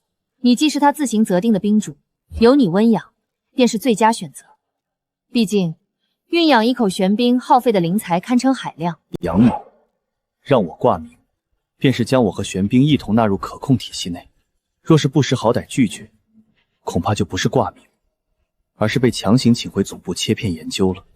不过，巡山司一份俸禄，六扇门再领一份俸禄，这等双份拿钱的好事，不要白不要。既然如此，陆晨谨遵主捕头父吩咐，愿入六扇门效力。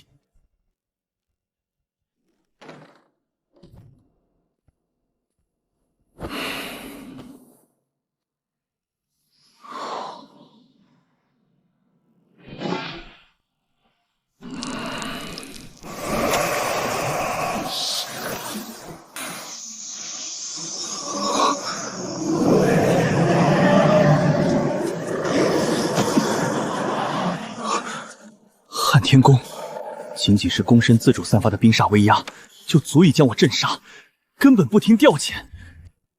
罢了，天降馅饼的好事强求不得，能留在体内做张护身符，每月还能多领一份俸禄，已是稳赚不赔。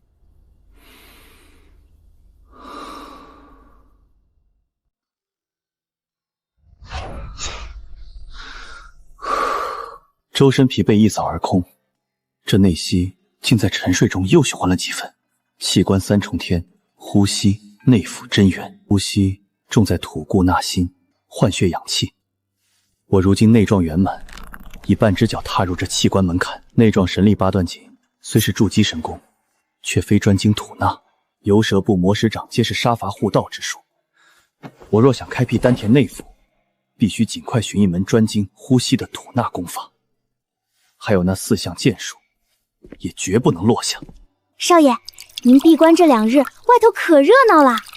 县里那几大豪族天天派管事往咱们府上送厚礼。我还听街坊们传，周宪尊剿匪治灾立了大功，茶马道那边发了嘉奖，眼瞅着就要高升调任了呢。豪族送礼是尽我这武举谢元和剿匪的狠辣手段，但周县令若高升离去，我在这安宁县便等同于少了一座最大的靠山。靠山会走，唯有握在自己手里的刀才最稳当。必须尽快在即将开衙的巡山司内站稳脚跟，拿下实权职位，方能真正立于不败之地。去，帮我把黄大叔喊来。秃头家里要置办镇宅警时，陆爷发话了，但凡出了力的，每人赏1两雪花银。都给老子把吃奶的劲儿使出来！1、2、3，起！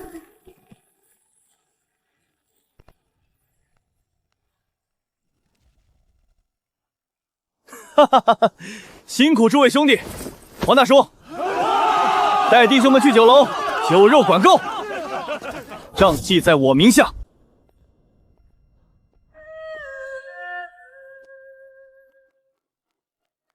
哎呦，别敲了，别敲了！刚睡得舒坦些，就被你这小子给聒噪醒了。晚辈陆晨见过前辈，尚未请教，晚辈该如何称呼前辈？石翁，叫我石翁便好。石翁前辈，您曾在龙脊岭蛰伏悠久岁月，曾言那山地早年是一片瀚海，不知为何会演变成如今这般群山耸立的模样。这个嘛，老夫也记不真切了，只依稀记得那天穹破裂，雷火焚天煮海，恍惚听说是有一条了不得的真龙陨落了。再往前推3000年，此山可是有真仙驻留，为的便是封治地脉深处极凶极邪之物。山脉另一头栖息着古老的蛮族，有以猛兽血纹身、悍不畏死的天狼部，有驱使毒虫恶瘴、行事诡秘的影牙部，更有不敬鬼神、崇拜远古巨大骸骨的拜骨部。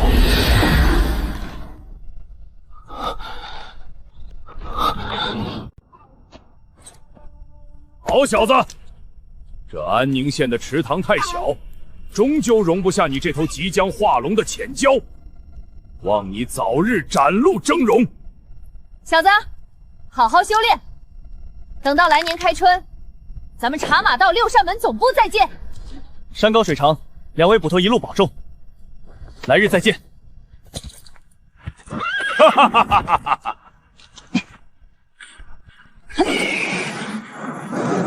一挺手中刀，快意恩仇，纵横四海，这更广阔的江湖，我陆晨迟早要去闯一遭。转眼入冬，连云寨覆灭，那日逃脱的聂文林生不见人，死不见尸，成了一桩悬案。不过，这些都与我无关了。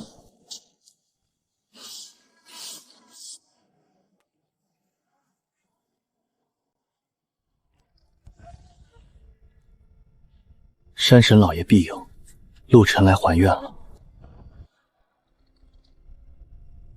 你倒是个有心的人。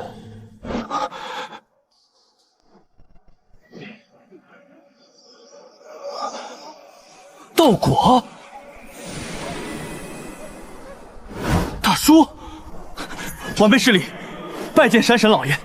叫我大叔就好，听着亲切。况且山神之称并不确切，若按天庭符咒与神位真值划分，我更应是城隍。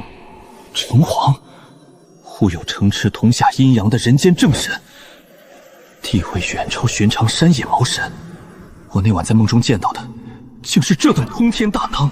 你魂魄凝练，宛若婴儿般纯净无瑕，方才能洞见我显化的城隍道果运营，说明你灵性深重。后生，我且问你，你可曾想过，有朝一日成为这道果之主？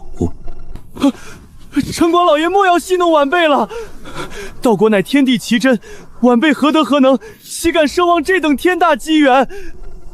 道果乃天地法则显化，得之可驱阴阳五行，然德不配位，必有灾殃。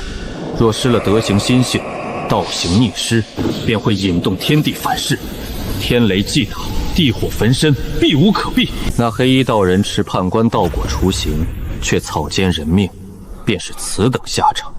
那这天下的道果还有许多种类，包罗万象，犹如天上星辰，得之便可凌驾凡俗之上。前辈指点迷津，晚辈受教了。道果之路虽令人神往，但晚辈深知路要一步一步走。你能守住本心，不被贪念蒙蔽，实属难得。去吧，时机一到，属于你的道果自会循着你的命数来投。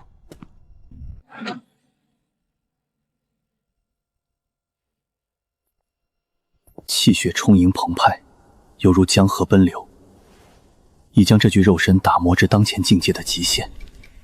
可任凭我如何演八段锦，这气血就是无法聚敛入丹田，开辟出真正的内腑。气关第一重呼吸，重在温养积蓄。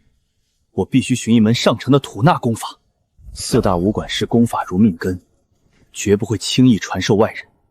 眼下唯一的指望，便是巡山司了。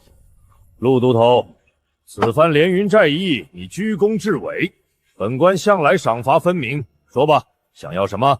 丹药、神兵还是功法？只要巡山司武库里有，绝无二话。谢大人厚爱，斗胆求大人赐以上乘的吐纳功夫，以夯实根基。哈哈哈，你小子倒是会挑时候。穆国公府前几日刚送来2箱军中秘籍，去挑吧。是。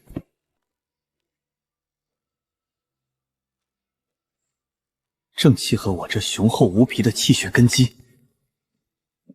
大人，卑职选定了。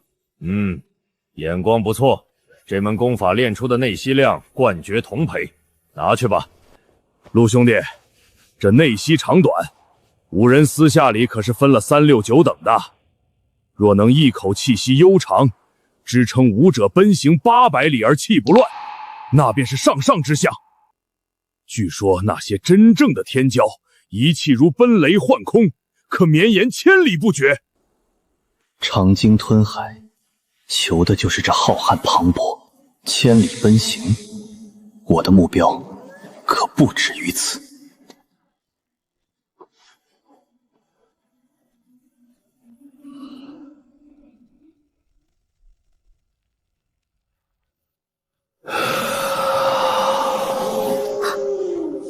少爷这身功力真是越来越可怕了。快开寨门，是连旗当家！连旗当家回来了！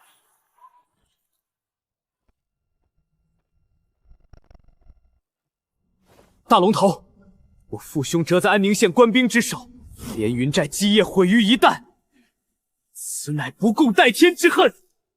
连姓恳请大龙头准我下山，点齐人马，荡平安宁县，为我父兄讨个公道。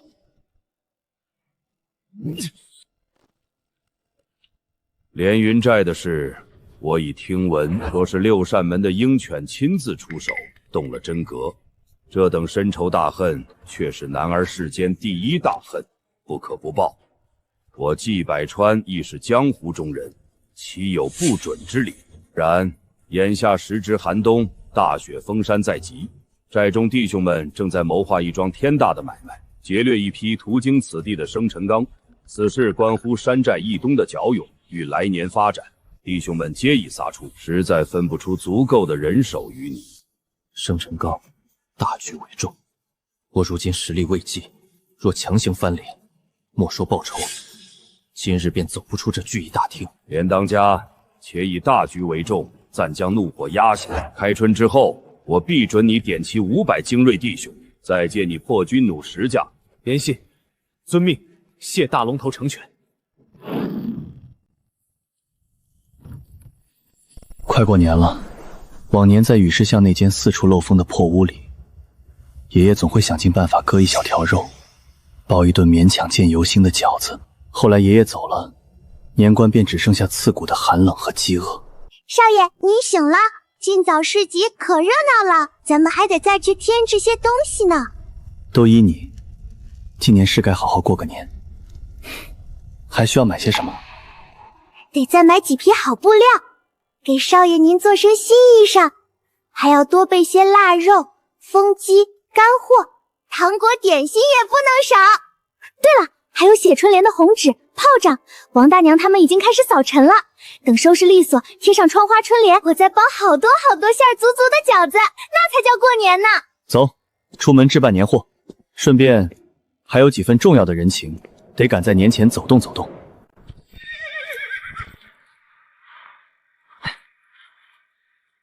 白兄弟，眼看年关将至，怕你们置办不及，顺道过来送些年货。镇上徐记的点心，给阿蛋舔舔嘴。这棉布拿去找裁缝做2身新衣厚鞋，大冷天的可别冻坏了身子。我本是贱籍渔民，陆哥不仅帮我脱籍谋了巡江的差事，如今这般风雪天，竟还亲自策马100里来送年礼，这等大恩，粉身碎骨也难报。你如今在巡山司记了名，开春后我也会正式调入司中，往后跟着我做事，岂能亏待自家弟兄？把心放宽。好日子还在后头。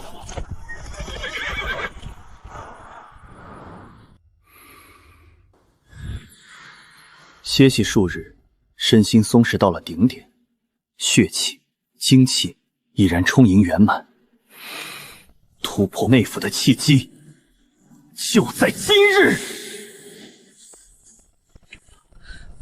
给我破！宋教头，少爷都在里面，关了2天2夜了，连口水都没喝，这动静听着吓人，不会出什么岔子吧？哈哈哈哈哈！小丫头，把心放回肚子里，这是天大的好事儿。你听着动静，气血奔腾如潮，气息悠长平稳，这是根基雄厚、水到渠成的征兆。你们家陆少爷这是要一飞冲天，快去厨下备好肉食参汤，等他出关，必定饥渴难耐。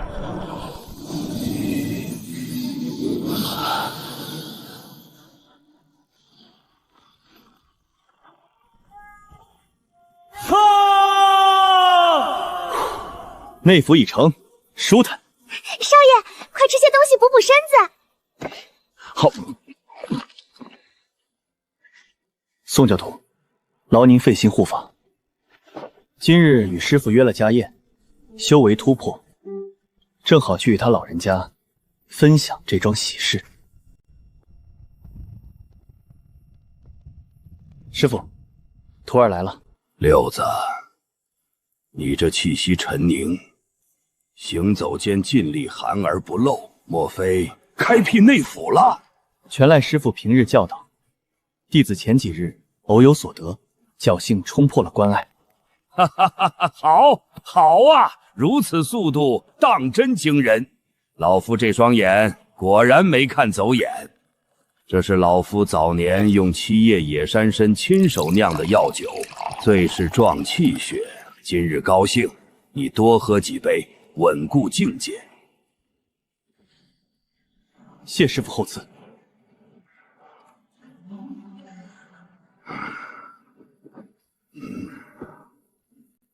爷爷，孙子如今总算出息了，再不是那个任人欺辱的采药郎了。您老人家可以安心了。少爷，少爷，县衙来人了，敲锣打鼓的好不热闹，说是茶马道那边的奖赏批下来了，知县大人特意差人给您送上门来了。记得包些赏钱。早就准备好了。都头，赏赐送到了。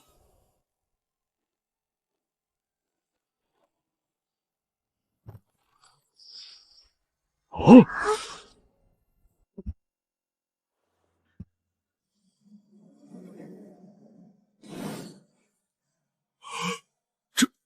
这是飞鱼符。卢哥，巡山司的赵大人派了人来，请你过府一叙。这个时辰相召，多半不是寻常闲聊。备马。陆师弟，朝廷的恩赏可都收到了，听闻还有一套飞鱼装，这可是难得的殊荣啊！全赖赵大哥提携。我看你气息愈发沉凝，想必那长鲸吞海功已有小成。闲话日后再说，这是巡山司的腰牌，你先拿着。巡山司虽定于开春正式开衙，咱们这座新衙门明面上是协防地方，实则真正的重心是替小国公盯紧龙脊岭另一头那些不太安分的蛮族部落。你自幼在龙脊岭摸爬滚打，熟悉山中地势。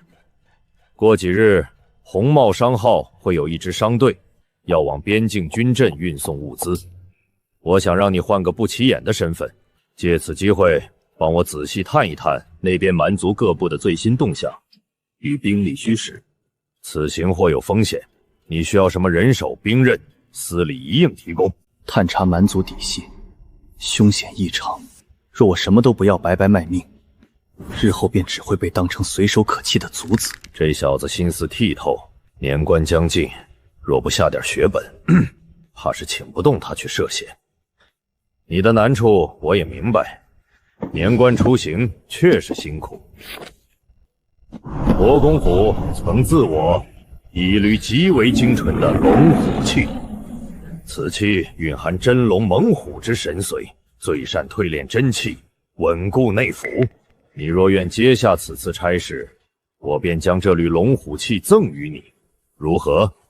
龙虎气，青天剑独门秘法采炼的天地长器，有价无市的至宝。大人，这太贵重了，属下何德何能，岂敢受此厚葬？你我之间不必来这些虚礼，给你就拿着，只需将差事办得漂亮。承蒙大人信重，属下必竭尽全力探查蛮情，绝不负大人所托。上边一张嘴，下面跑断腿。不过能拿出龙虎器这等至宝，这位赵大人倒也算得上是不差恶兵了。这趟蛮安荒之行值了。边境六镇，长硕镇，这便是大前直面蛮族的最前线。赵无忌这差事凶险，但这缕龙虎器值得我走这一遭。京城陆家三少爷倒是省了改名换姓的麻烦。红帽商号，杨泉背后有的靠山。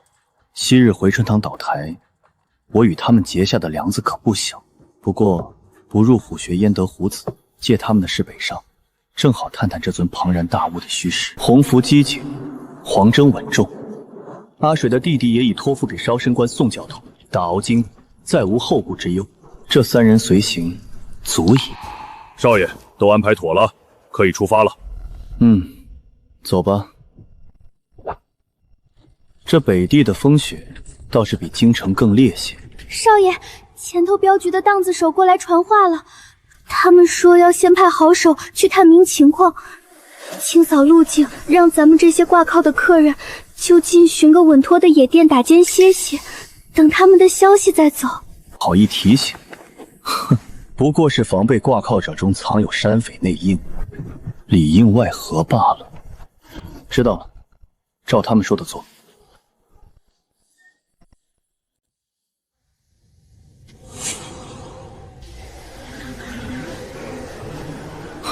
都打起精神，小心些。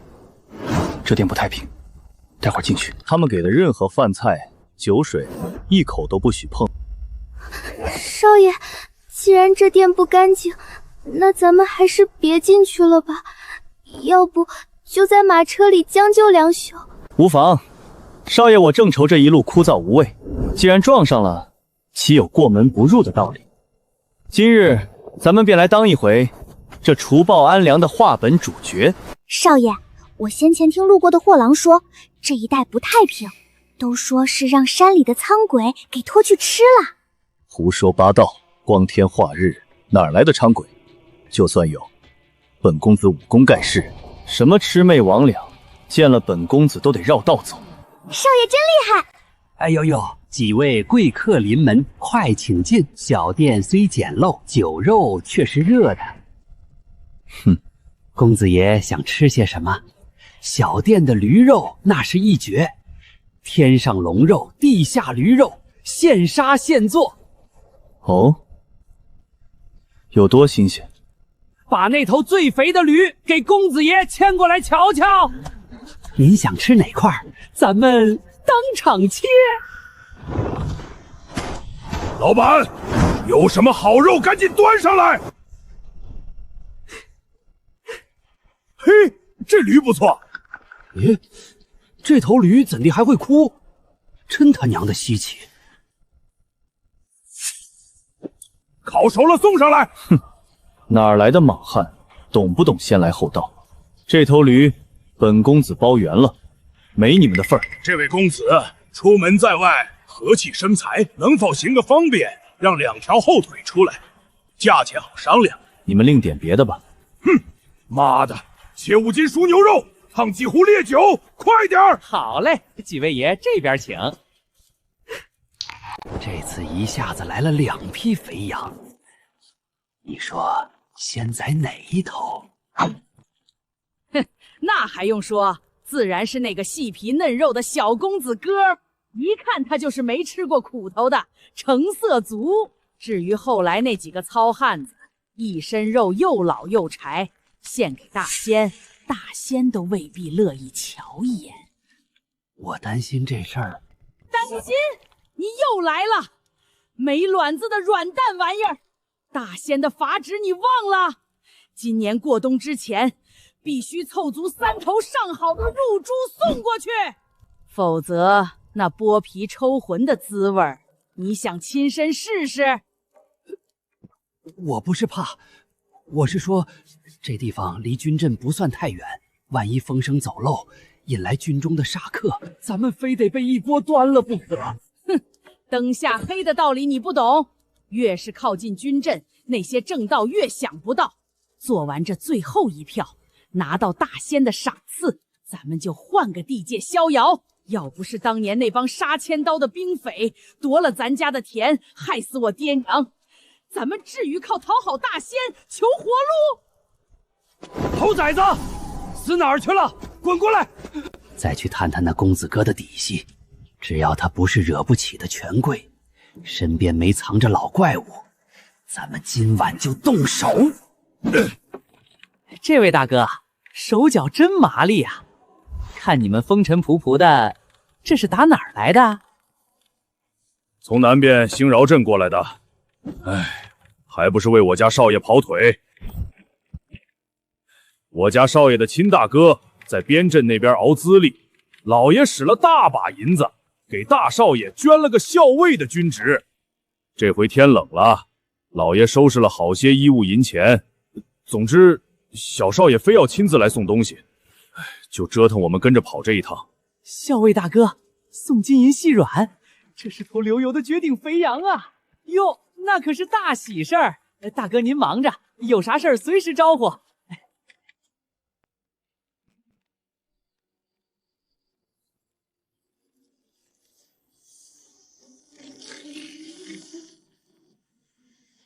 不只是迷香，还有妖气。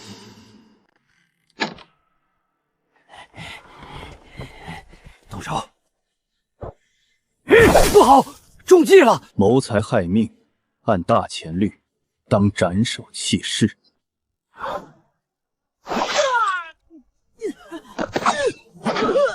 找到硬茬子了，这是你逼我的。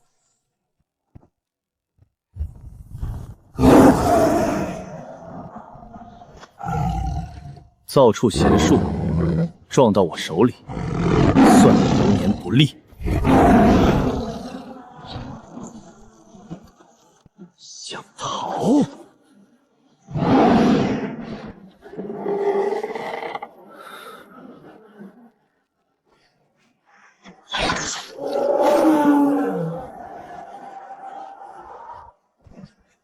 好俊的身手，好霸道的剑法，一剑诛杀这等凶物，公子当真神人也！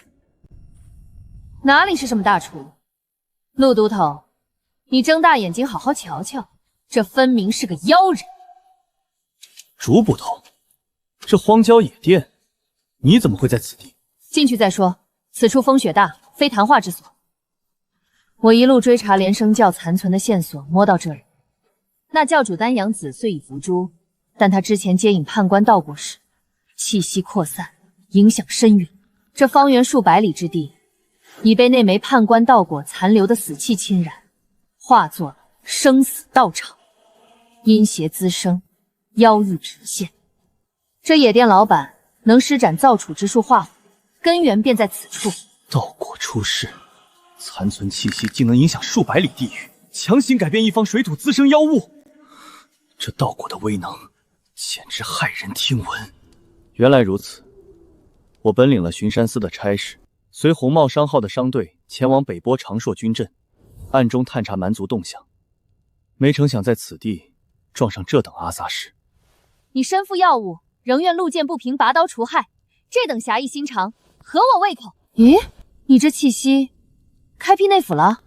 这修炼速度当真惊人。侥幸突破罢了。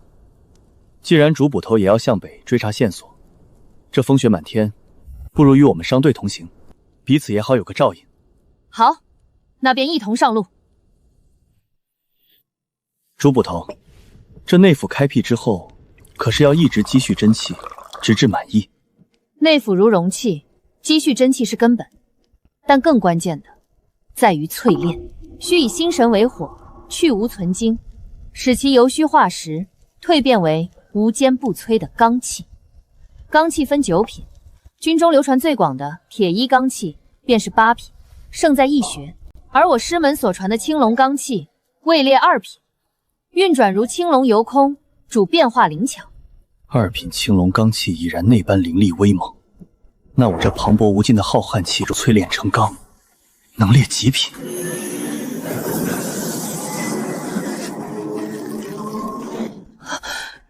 好霸道的真气波动，他竟在闲聊之间便自行进入了深度淬炼的状态。少爷，前面就是长哨防线的北风寨了，商队会在此休整。按原计划行事，尽快摸清当地的情况。陆都头，我追查的线索需深入那10万蛮荒之地，咱们就此别过。蛮荒之地凶险莫测，逐步头，万事小心。青山不改，绿水长流。明年开春，我在茶马道等你。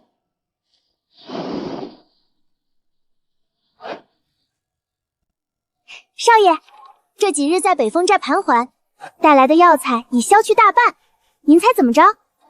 刨去成本，利润竟翻了1番，足有1000两之数。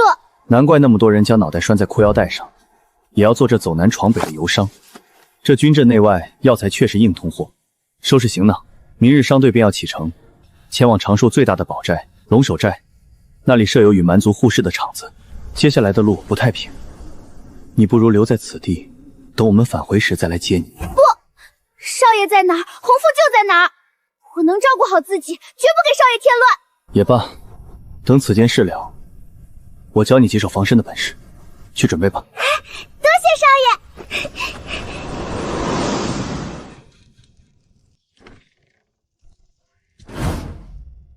阁下便是陆沉。正是，见过陆千户，这是巡山司的凭证，请千户验看。陆兄弟不必多礼，坐。赵大人的信我已看过，你是为探查云蒙蛮族巨象而来？正是，还请千户不吝赐教。云蒙那边近来的确不太平，老汉王归了天，留下的几个王子为了金赵汗位，明争暗斗，险些动起刀兵。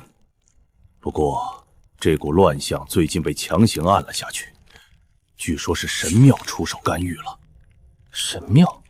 云蒙圣地，庙里地位最尊崇的是大萨满，每一代大萨满皆是天下有数的武圣级人物。踏入神官之上的陆地神仙，这等只存在于传说中能一人敌国的老怪物，竟插手了蛮族的汗位相争。如今那几位王子都在想方设法求得大萨满的支持，谁能获得神庙认可，谁就是新的韩皇。眼下的平静不过是暴风雨前的死寂罢了。陆千户，听闻此地镇守总兵李长良大人武功高绝，在这长硕防线说一不二。李总兵乃神官境强者，长硕各大军寨将领多是他的门生故旧，你问这个作甚？那不知这位李总兵与茶马道国公府那边关系如何？不瞒陆兄弟，李总兵当年是老国公一手提拔，他与国公府的大公子交情莫逆，乃是斩鸡头烧皇室的拜把子兄弟。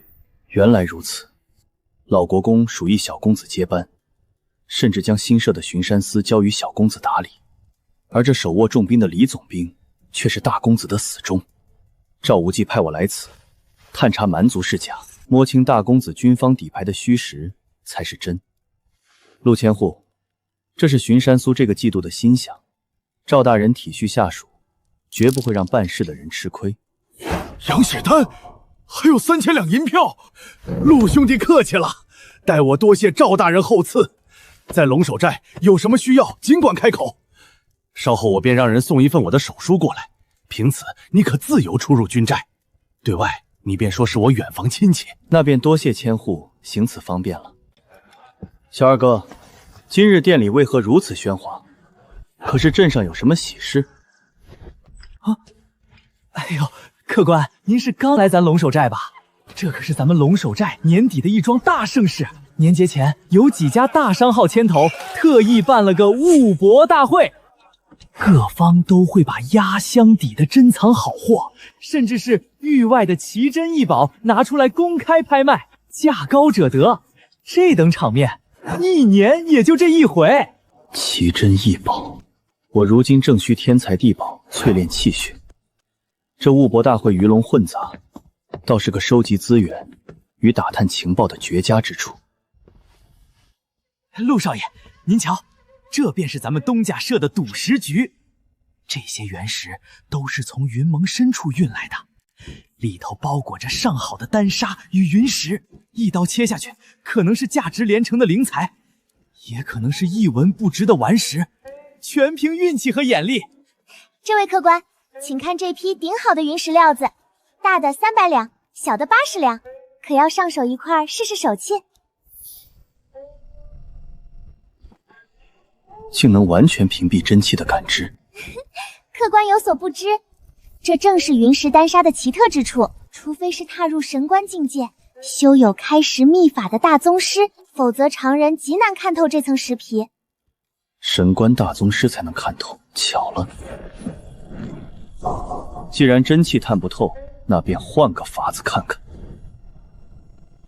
视石皮如无物，这便是魂魄凝阴后自然开启的眼石。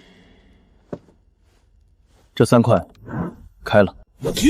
好纯的白玉肉！3块连长，这位公子竟有如此毒辣的眼光。乖乖，这等成色，转手便能翻上10倍。陆兄弟，方才我可都看见了，你这眼光神了！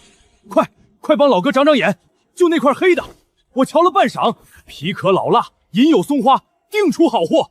我不过是瞎猫碰上死耗子，全凭运气。这等500两的大件，万一连累老哥赔了本钱，我可过意不去。哎，陆兄弟莫要推辞，你刚才那3手绝非运气，今日你必须给我透个底儿。外表松花缠绕，内里却是一团灰败的废渣，败絮其中。若让我说，那块斑点石的气似乎更顺些。龙阁老爷，切，您可千万别听这黄口小儿胡咧咧。您选的这块皮黑如漆，银有松花，乃是正经的老坑货。他指的那块斑点多，石形差，连点水头都没有，分明是下等废料，能出货才有鬼了。就是那块废石摆了半个月都没人要，白送我都嫌沉。这年轻人运气好一次，还真把自己当行家了。听陆兄弟的，开这块！哈哈哈哈！满肉，极品满肉！我就知道，陆兄弟你绝非池中之物。走，这3楼的大陆货配不上你的眼光，跟老哥上4楼，咱们去看真正的宝贝。见过二叔。哦，你也对这赌石斗沙有兴趣？哈哈，陆千户，您这位直少爷可不得了，方才在楼下随手点了几块云石，刀刀见长。来得正好，我刚下重金购入这半斗8品碧水沙，你既有眼力，便帮我看看，此时可能博个大的。二叔，斗沙讲究5行生克，这碧水沙虽好，若遇土行沙克制，怕是危险。除了此物，可还备了后手？自然，我还备了半斗7品柳阴沙，若有不长眼的用土行克我便用这木行柳阴沙反制，足以杀得他片甲不留。陆千户好雅兴，不知今日手气如何呀？原来是徐千户，手气尚可，不劳挂心。8品碧水沙确实不错，正巧徐某近日也得了一斗好沙，不知陆千户可敢对上一局？自无不可。6品藏金沙，金克木，陆千户的柳阴沙被死压制了。怎么，陆千户再没什么存货了？你若是认输，当众说一句徐千户眼光独到，徐某便就此作罢，如何？既然是对赌，自然要势均力等才显公平。二叔，容小侄为您添些彩头。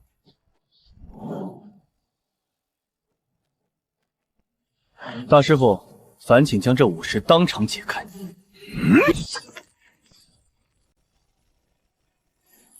6品赤焰沙，霍克金绝地翻盘啊！二叔，现在打住！陈哥，今日若非你出手，二叔这半辈子的积蓄，可就折在徐猛手里了。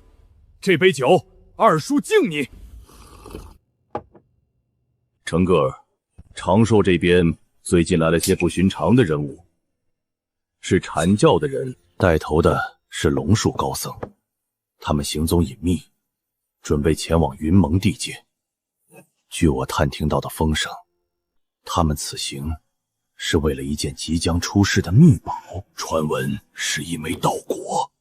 阴司判官之后，竟又有新的道果现世。禅教，他们最精通凝练人体七窍的秘法。二叔提过，禅教中人在此地活动。大师傅，行行好吧，咱们这是小本经营，不施舍的，您还是去别处看看吧。这老和尚虽看着清苦，但这双眼睛绝非招摇撞骗的妖僧。且慢，相逢即是缘，全当留个底牌。哎呦，陆公子，你有什么吩咐？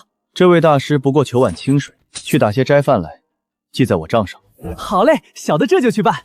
若有肉食，最好不过。禅教戒律森严，这老和尚不忌口，竟主动讨要荤香，再添一只烧鸡。阿弥陀佛，真是有缘。拜见陆公子，小的奉我家大掌柜之命，特将您今日在楼里所得的云石送来，恭贺公子满载而归。这份心意，陆某领受。有劳几位跑这一趟，掌柜的太客气了。数千两白银的料子，说送就送。这碧云楼的大掌柜倒是个舍得下本钱投资的聪明人。有了这些蕴含灵韵的云石，日后打点那些权贵道门，便是最好的敲门砖。云蒙现在乱成一锅粥了。老汉王走得突然，根本没来得及指定哪个儿子来幼子守灶。那大雪山的神庙就任由他们几位王子这般闹下去。大萨满发了话，以长生天的名义暂时弹压住了，但这也是治标不治本。八王子母族势大，但那二王子赤武心，他本人更是骁勇善战的狠角色。夺嫡之争，唯有军功方能服众。明年开春，草长马肥之时，二王子赤武心必定会挥师南下，用长寿防线的鲜血来铸就他的汉皇宝座。边关即将化作血肉磨盘，情报已得，此地不可久留。年节将至，是时候回安宁县。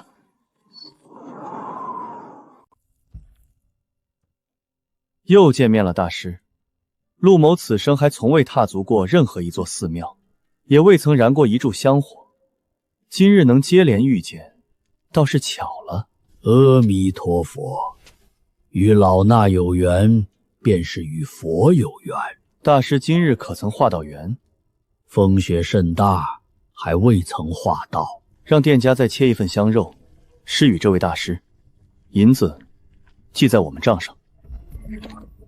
相逢即是有缘，一点心意，还请大师莫要嫌弃。只是大师如此不计婚姻，难道不怕有违佛法清规吗？酒肉穿肠过，佛祖心中留。修行在心不在口。小施主，你着相了。大师休要糊弄人，这话后面明明还有两句：世人若学我，如同进魔道。您可不能只捡前头的好话说。没想到这位小女施主竟也深谙佛籍庙里，善哉善哉。天寒地冻，大师保重，有缘再见。阿弥陀佛，我与此子确是有缘。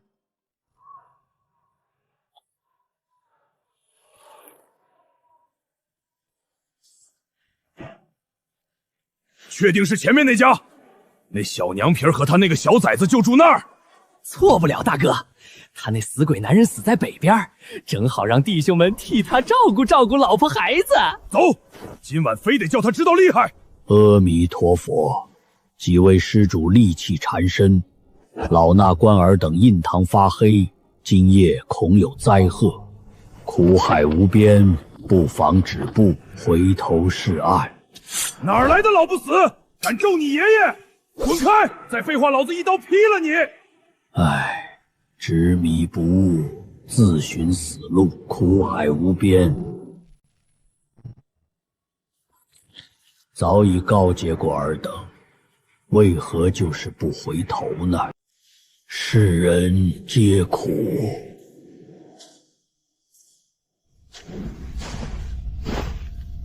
我等见过大金刚。大金刚，冥王道果即将出世，天机混沌，尚不知最终会花落谁家。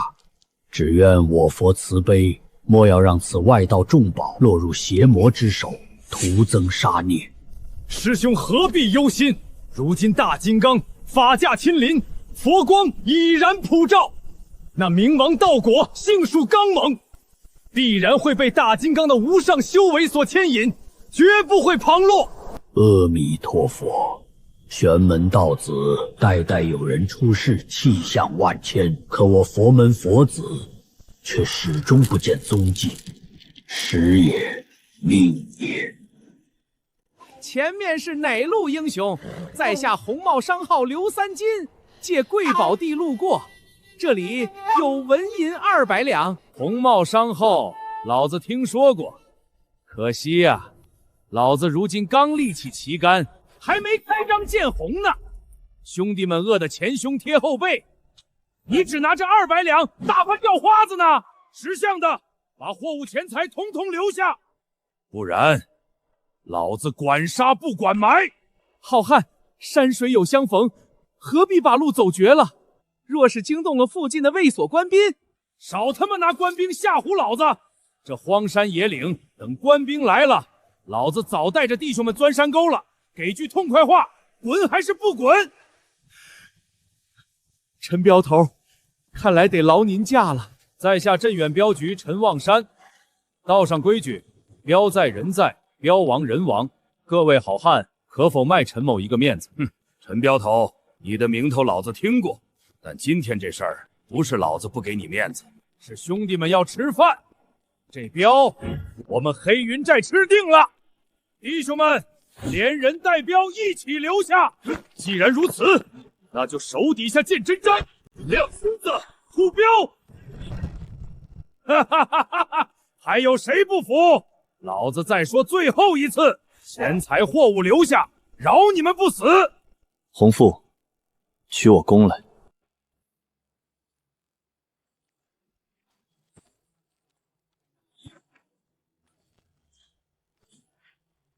300步外连珠3箭，一箭断旗，一箭钉旗，一箭示警。这等恐怖的眼力与真气掌控，对方若想取我性命，刚才那一箭，我的脑袋已经像西瓜一样爆开了。没想到红帽商号竟有如此高人坐镇，是在下有眼无珠。江湖规矩，我们认栽。200两买路钱，我们拿走，就此别过。山高水长，后会有期。师弟一路北行，风霜劳顿，快坐下暖暖身子。谢大人，军情紧急，属下不敢耽搁。属下塔明，云蒙老汉王已然归天，并未指定守灶之人，几位王子各拥重兵，明争暗斗。其中，云蒙2王子赤武心为积累威望，已暗中调集兵马。明年开春，冰雪消融之际，其兵锋必将南下，直指长朔防线。好，太好了！你带回的这番军情详实透彻，价值连城。有了这些，本官足以在小国公面前交上一份完美的答卷。你立下此等大功，小国公定不会亏待于你。这便是之前许诺于你的龙虎器。此物性烈如火，且有脾性，遇木而落，见玉则消。开启盒盖的刹那，你必须立刻运转功法，将其采纳入体，万不可耽搁半息，否则药性流失，前功尽弃。切记！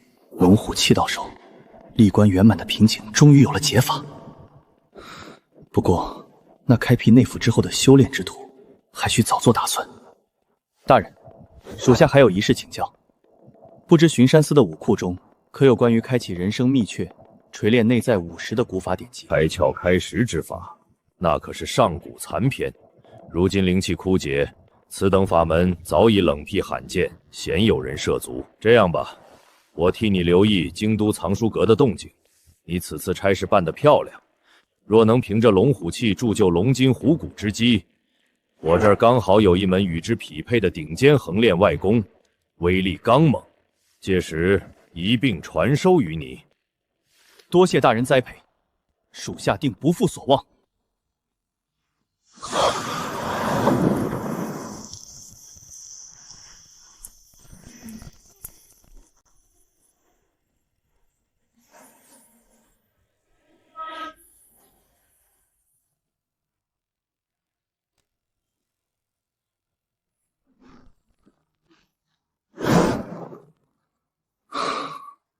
龙筋虎骨，成了。邪了门了！少爷明明只是坐在那里吃饭，我这心里头怎么直发慌？那股子气势，简直就是县衙里那些微服私反的大官老爷，压得人连大气都不敢喘。少爷，您这次出关，瞧着精神真好。